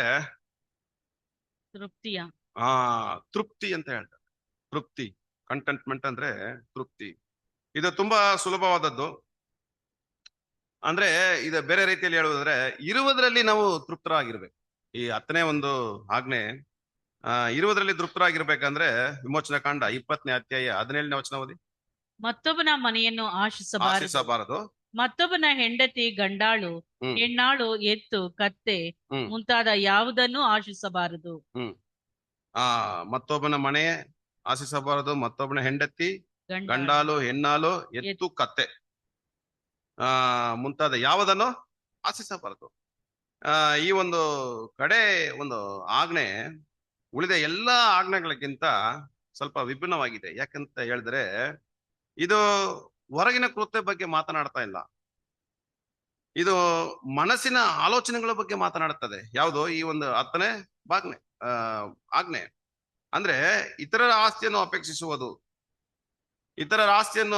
ಅಂದ್ರೆ ಇದು ನೇರವಾದ ಕಳ್ತನವಾಗಿ ಕಾಣಿಸಲ್ಲ, ಆದ್ರೆ ಇದು ಕಳ್ತನಕ್ಕೆ ಮೂಲ ಕಾರಣವಾಗಿದೆ. ಅಂದ್ರೆ ಏನು ಕಳ್ತನ ಅಂತ ನೋಡ್ಬೇಕಾದ್ರೆ ಈ ಕೊನೆಯ ಆಜ್ಞೆಯಲ್ಲಿ ಇರುವಂತ ಈ ವಿವರಗಳು ಇದಕ್ಕೆ ಮುಂಚಿನ 4 ಆಜ್ಞೆಗಳ ಒಂದು ಸಾರಾಂಶವಾಗಿದೆ. ಈ ಒಂದು 10ನೇ ಆಜ್ಞೆ ನಾವು ನೋಡುವುದಾದ್ರೆ ಪ್ರಿಯರೇ, ನೀವು ಈ 4 ಪಾಯಿಂಟ್ ನಾನು ಹೇಳ್ತೀನಿ. ನಿನ್ನ ನೆರೆಯವನ ಮನೆ ಮೇಲೆ ಆಸೆ ಪಡಬೇಡ, ಇದು ಒಂದು ಆಜ್ಞೆ ಬರುತ್ತೆ. ಈಗ ನಾದಾಬ ಮತ್ತೆ ಯಜಬೇಲು ಏನ್ ಮಾಡಿದ್ರು, ಆಗಾಪು ಯಜಬೇಲು ನಾಬೋತಿನ ದ್ರಾಕ್ಷಿ ತೋಟ ಮೇಲೆ ಆಸೆ ಪಟ್ರು. ಆ ಆಸೆ ಎಲ್ಲಿಗೆ ಅಂತ್ಯಗೊಳಿಸ್ಬಿಡ್ತಂದ್ರೆ ಕೊಲೆಗೆ ಕಾರಣವಾಗ್ಬಿಡ್ತು. ಅಂದ್ರೆ ಕೊಲೆ ಮಾಡಬೇಡ ಎಂಬ ಒಂದು ಆಜ್ಞೆ ಈ 10ನೇ ಆಜ್ಞೆಯಲ್ಲಿ ಅಡಕವಾಗಿದೆ. 2ನೇದು, ನಿನ್ನ ನೆರೆಯವನು ನಿನ್ನಂತೆಯೇ ಪ್ರೀತಿ. ನಿನ್ನಂತೆ ಇಲ್ಲಲ್ಲ, ನಿನ್ನ ನೆರೆಯವನ ಹೆಂಡತಿ ಮೇಲೆ ಆಸೆ ಪಡಬೇಡ. 2ನೇ, ನಿನ್ನ ನೆರೆಯವನ ಹೆಂಡತಿ ಮೇಲೆ ಆಸೆ ಪಡಬೇಡ ಅಂದ್ರೆ ಈ ಆಜ್ಞೆ ಎಲ್ಲಿಗೆ ಬರುತ್ತೆ, ವ್ಯಭಚಾರ ಮಾಡಬೇಡ ಎಂಬ ಆಜ್ಞೆ ಅನ್ನೋದು ಸೂಚಿಸ್ತದೆ. ಈ 10ನೇ ಆಜ್ಞೆ ಒಳಗೆ ಬರುತ್ತೆ. 3ನೇ ಒಂದು ಪಾಯಿಂಟ್, ಅವನ ದಾಸನಾಗಲಿ ದಾಸಿಯಾಗಲಿ ಎದ್ದಾಗಲಿ ಕತ್ತೆಯಾಗಲಿ ಆಸೆ ಪಡಬೇಡ. ಇದು ಎಲ್ಲಿಗೆ ಬರುತ್ತೆ ಪ್ರಿಯರೇ, ಕದಿಯಬಾರದು ಎಂಬ ಒಂದು ಆಜ್ಞೆ ಎಷ್ಟನೇ ಆಜ್ಞೆ ಒಳಗೆ ಅಡಕವಾಗುತ್ತೆ? 10ನೇ ಆಜ್ಞೆ ಒಳಗೆ ಅಡಕವಾಗುತ್ತೆ. ಆಮೇಲೆ 4ನೇದು, ನಿನ್ನ ನೆರೆಯವನಿಗೆ ಸೇರಿದ ಯಾವುದ್ರ ಮೇಲೆ ಆಸೆ ಪಡಬೇಡ, ಗಂಡಾಗ್ಲಿ ಇಲ್ಲ. ಯಾವುದ್ರ ಮೇಲೆ ಆಸೆ ಪಡಬೇಡ ಅಂದ್ರೆ ಇದು ಯಾವ ಆಜ್ಞೆ ಒಳಗೊಂಡಿದೆ? ಯಾವುದ್ರ ಮೇಲೆ ಆಸೆ ಪಡಬೇಡ ಅಂದ್ರೆ ಒಳ್ಳೆ ಹೆಸರನ್ನು ಕೆಡಿಸುವುದು, ಒಳ್ಳೆ ಹೆಸರನ್ನು ಕೆಡಿಸುವುದು ಅಂದ್ರೆ ನಿನ್ನ ನೆರೆಯವನಾಗೆ ನಿನ್ನ ನೆರೆಯವನನ್ನು ನಿನ್ನಂತೆ ನೀನು ಪ್ರೀತಿಸು. ಈ ರೀತಿ ಈ 4 ಅಂಶ ಈ 10ನೇ ಆಜ್ಞೆಯಲ್ಲಿ ಒಳಗೊಂಡಿದೆ. ಓದನ ಒಂದು ವಾಕ್ಯ, ಲೂಕನು ಬರೆದ ಸುವಾರ್ತೆ 10ನೇ ಅಧ್ಯಾಯ 27ನೇ ವಚನ. ಅದಕ್ಕೆ ಅವನು, ನಿನ್ನ ದೇವರಾಗಿರುವ ಕರ್ತನನ್ನು ನಿನ್ನ ಪೂರ್ಣ ಹೃದಯದಿಂದಲೂ, ನಿನ್ನ ಪೂರ್ಣ ಪ್ರಾಣದಿಂದಲೂ, ನಿನ್ನ ಪೂರ್ಣ ಶಕ್ತಿಯಿಂದಲೂ, ನಿನ್ನ ಪೂರ್ಣ ಬುದ್ಧಿಯಿಂದಲೂ ಪ್ರೀತಿಸಬೇಕು ಮತ್ತು ನಿನ್ನ ನೆರೆಯವನನ್ನು ನಿನ್ನಂತೆಯೇ ಪ್ರೀತಿಸಬೇಕು ಎಂದು ಬರೆದದೆ ಅಂದನು. ಈಗ ಒಂದು ಪ್ರಶ್ನೆ, ನಿನ್ನ ನೆರೆಯವನನ್ನು ನಿನ್ನಂತೆ ಪ್ರೀತಿಸಬೇಕಂದ್ರೆ ನಿನ್ನ ನೆರೆಯವನು ಯಾರು ಪ್ರಿಯ? ನಿನ್ನ ನೆರೆಯವನನ್ನು ನಿನ್ನಂತೆ ಪ್ರೀತಿಸಬೇಕು. ಒಳ್ಳೆ ಒಂದು ಸಾಮ್ಯ ಇದೆ, ನಮ್ಮ ಯೇಸು ಸ್ವಾಮಿ ಹೇಳಬೇಕಾದ್ರೆ ಈ ಒಂದು ಒಳ್ಳೆ ಸಮಾರಿನ ಒಂದು ಸಾಮ್ಯದ ಮುಖಾಂತರ ನಮ್ಗೆ ಉತ್ತರ ಕೊಡ್ತಾರೆ.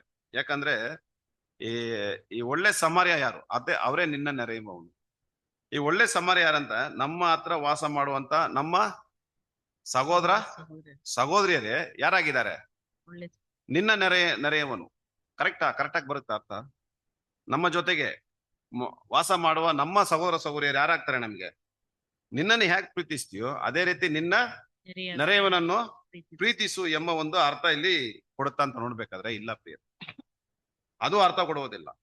ಯಾರಿಗೆ ಅಗತ್ಯ ಇದೆ, ಯಾರಿಗೆ ಸಹಾಯ ಬೇಕಾ ಇದೆ? ಒಟ್ಟು ಎಷ್ಟು ಸಭೆಗಳಿದೆ ಬೆಂಗಳೂರು ಪಟ್ಟಣದ, ಎಷ್ಟೋ ಸಭೆಗಳಿದೆ. ಎಲ್ಲ ಒಂದು ಸಭೆಯಲ್ಲಿ ಇರುವಂತ ಒಂದು ಸಹೋದರ ಸಹೋದರರಿಗೆ ಸಹಾಯ ಬೇಕಾ ಇದೆ. ಯಾರಿಗೆ ಎಂಬ ಒಂದು ಮನೋಭಾವ ಇದೆಯೋ ಅವರೇ ನಿನ್ನ ನೆರೆಯುವವನು.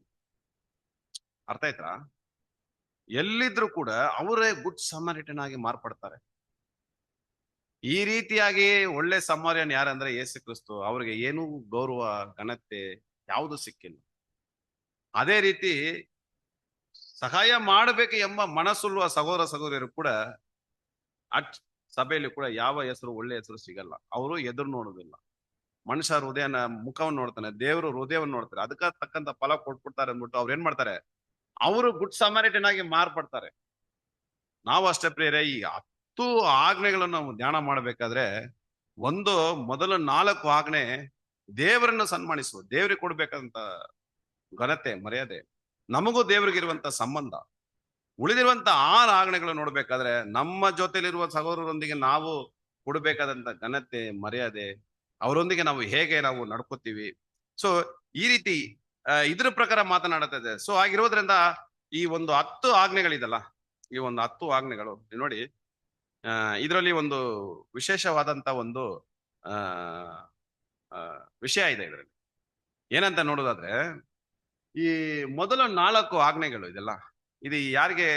ದೇವರಿಗೂ ನಮಗಿರುವಂತ ಸಂಬಂಧದ ಬಗ್ಗೆ ಮಾತನಾಡ್ತದೆ.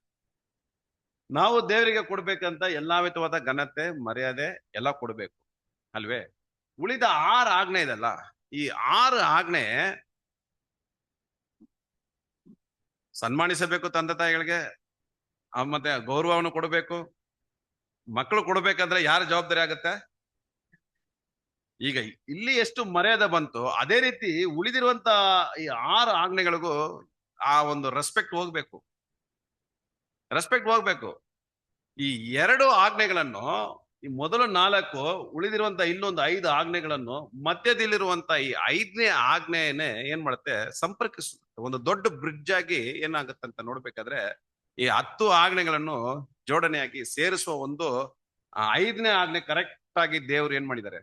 ಅಲ್ಲಿ ಹೋಗಿ ಇರಿಸಿದ್ದಾರೆ. ಹಾಗಂದ್ರೆ ಪ್ರಿಯರೇ, ನಾವು ಏನು ಕಲಿತುಕೊಳ್ಳೋಣ ಅಂತ ನೋಡ್ಬೇಕಾದ್ರೆ ನಮಗೆ ಇರುವುದರಲ್ಲಿ ನಾವು ತೃಪ್ತರಾಗಿ ಇರ್ಬೇಕು. ಅದಕ್ಕೆ ಮೀರಿ ನಾವು ಹೋಗುವಾಗ ಅದು ದುರಾಸೆ ಅಂತ ಬಂದ್ರೆ ಅಪನಂಬಿಕೆ, ವಿಶ್ವಾಸನ ನಿಲ್ವಾ. ವಿಶ್ವಾಸ ಇಲ್ಲದಿದ್ರೆ ಈ 10 ಆಜ್ಞೆಗಳನ್ನು ನಾನು ಮೀರಿ ಈ ಒಂದು ಕರುವಿಕೆಯನ್ನು ಬಿಟ್ಟು ಹೋಗಿ ನಾನು ದೇವರ ಒಂದು ಆಜ್ಞೆಗೆ ವಿರೋಧವನಾಗಿ ಇರುವಾಗ ಖಂಡಿತ ಈ ಕರುವಿಕೆಯನ್ನು ನಾನು ಬಿಟ್ಟು ಹೋಗುವಂತ ಒಂದು ಪರಿಸ್ಥಿತಿ ನನಗೆ ಉಂಟಾಗ್ಬಿಡುತ್ತೆ. ಹಾಗಿರೋದ್ರಿಂದ ನಾವು ಬಹಳ ಜಾಗರೂಕರಾಗಿ ಹಲವಾರು ವಿಷಯಗಳು ನಮಗೆ ದೇವರು ಕಲಿತು ಕೊಡ್ತಾರೆ ಹಲವಾರು ಸಹೋದರಗಳ ಮುಖಾಂತರ. ಒಂದೊಂದು ನಮ್ಮ ಒಂದು ಜೀವನಕ್ಕಾದಂತ ಒಂದು ಆಗರವಾಗಿದೆ. ಕೊನೆಗೆ ಒಂದು ವಾಕ್ಯ ನಾವು ಓದುವುದಾದ್ರೆ ಆ ಕೀರ್ತನೆ 19ನೇ ಅಧ್ಯಾಯ 7-8 ವಾಕ್ಯಗಳು ಓದೋಣ. ಯೆಹೋವನ ಧರ್ಮಶಾಸ್ತ್ರವು ಲೋಪವಿಲ್ಲದ್ದು. ನೋಡಿ, ಯೆಹೋವನ ಧರ್ಮಶಾಸ್ತ್ರವು ಲೋಪವಿಲ್ಲದ್ದು. ಅದು ಪ್ರಾಣವನ್ನು ಉಜ್ಜೀವಿಸ ಮಾಡುವಂತದ್ದು. ನೋಡಿ, ಅದು ಪ್ರಾಣವನ್ನು ಉಜ್ಜೀವಿಸ ಮಾಡುವಂತದ್ದು. ಯೆಹೋವನ ಕಟ್ಟಳೆ ನಂಬಿಕೆಗೆ ಯೋಗ್ಯವಾದದ್ದು. ಯೆಹೋವನ ಕಟ್ಟಳೆ ನಂಬಿಕೆಗೆ ಯೋಗ್ಯವಾದದ್ದು. ಬುದ್ಧಿಹೀನರಿಗೆ ವಿವೇಕಪ್ರದವಾಗಿದೆ. ನೋಡಿದ್ರ, ಬುದ್ಧಿಹೀನರಿಗೆ ವಿವೇಕ ಪ್ರದವಾಗಿದೆ. ಯೆಹೋವನ ನಿಯಮಗಳು ನೀತಿಯುಳ್ಳವುಗಳಾಗಿದೆ. ಮನಸ್ಸನ್ನು ಹರ್ಷಪಡಿಸುತ್ತದೆ. ಯೆಹೋವನ ಆಜ್ಞೆ ಪವಿತ್ರವಾದದ್ದು, ಕಣ್ಣುಗಳನ್ನು ಕಳೆಗೊಳಿಸುತ್ತದೆ. ನೋಡಿ ಎಷ್ಟು ಚೆಂದಾಗಿದೆ. ನೋಡಿ, ನಾವು ಧ್ಯಾನ ಮಾಡಿರುವಂತ ಈ 10 ಆಜ್ಞೆಗಳ ಒಂದು ಸಾರಾಂಶ ಯಾವ್ದ್ರಲ್ಲಿ ನೋಡ್ತೀವಿ ಅಂದ್ರೆ ಕೀರ್ತನೆ 10, 19, 7, 8ರಲ್ಲಿ ನಾವು ಓದಿದ್ದೀವಿ. ಪ್ರಿಯರೇ, ಇದನ್ನ ನಾವು ಇಷ್ಟು ಸಮಯ ದೇವರು ನಮ್ಗೆ ಈ ಆಜ್ಞೆಗಳಿರುವಂತ ಒಂದು ವಿಶೇಷವಾದ ಪಾಠ, ಆತ್ಮಿಕವಾದಂತ ಪಾಠ ಇಸ್ರೇಲ್ ಜನರಿಗೆ ಕೊಟ್ರು, ಅದ್ ಮುಗೀತು ಅವ್ರಿಗೆ. ಬಟ್ ಈಗಿನ ಕಾಲದಲ್ಲಿ ಆತ್ಮಿಕವಾದ ವಿಚಾರವಾಗಿ ಈ ಆಜ್ಞೆಗಳು ನಮ್ಮ ಹತ್ರ ಮಾತನಾಡುವಾಗ ಈ ಆಜ್ಞೆಗಳು ಸ್ವಾಮಿ ಶಿಲುಬೆಯಲ್ಲಿ ನೆರವೇರಿಸ್ಬಿಟ್ರು ಅಂತ ನಾವು ಅನ್ಕೋಬಾರ್ದು ಪ್ರಿಯರೇ. ಈ ಆಜ್ಞೆಗಳ ಆತ್ಮಿಕವಾದ ವಿಚಾರ ನಮ್ಮ ಜೀವನದಲ್ಲಿ ನಾವು ಎಷ್ಟರ ಮಟ್ಟಿಗೆ ನಾವು ಕೈಗೊಂಡು ನಡೀತೀವಿ. ಪ್ರಾಮುಖ್ಯವಾದಂತ ಒಂದೊಂದು ಆಜ್ಞೆ ಅಷ್ಟು ವಿಶೇಷವಾದಂತ ಅರ್ಥ ಇದೆ. ಇದನ್ನ ಓದಬೇಕಾದ್ರೆ ನನ್ಗೆ ತುಂಬಾ ಹೆಲ್ಪ್ಫುಲ್ ಆಯ್ತು. ನನ್ನಲ್ಲಿ ಅನೇಕ ಒಂದು ತಪ್ಪುಗಳನ್ನು ಸರಿಪಡಿಸುವುದಕ್ಕೆ ಈ 10 ಆಜ್ಞೆ ನನಗೆ ಉಪಯೋಗವಾಯ್ತು. ಅದೇ ರೀತಿ ಖಂಡಿತ ನಿಮಗೂ ಇದು ನಿಮ್ಮ ಒಂದು ಜೀವನ ಅನುಷ್ಠಾನಕ್ಕೆ ಇದು ಉಪಯೋಗ ಆಗ್ಬೋದು ಅಂತ ಒಂದು ನನ್ನ ನಂಬಿಕೆಯನ್ನು ಇಟ್ಟು ಈ ಒಂದು ಪಾಠವನ್ನು ನಾನು ಮುಗಿಸ್ಕೊತೇನೆ. ದೇವರ ಈ ವಾಕ್ಯಗಳನ್ನು ಆಶೀರ್ವಾದ ಮಾಡಲಿ. ಆಮೇಲೆ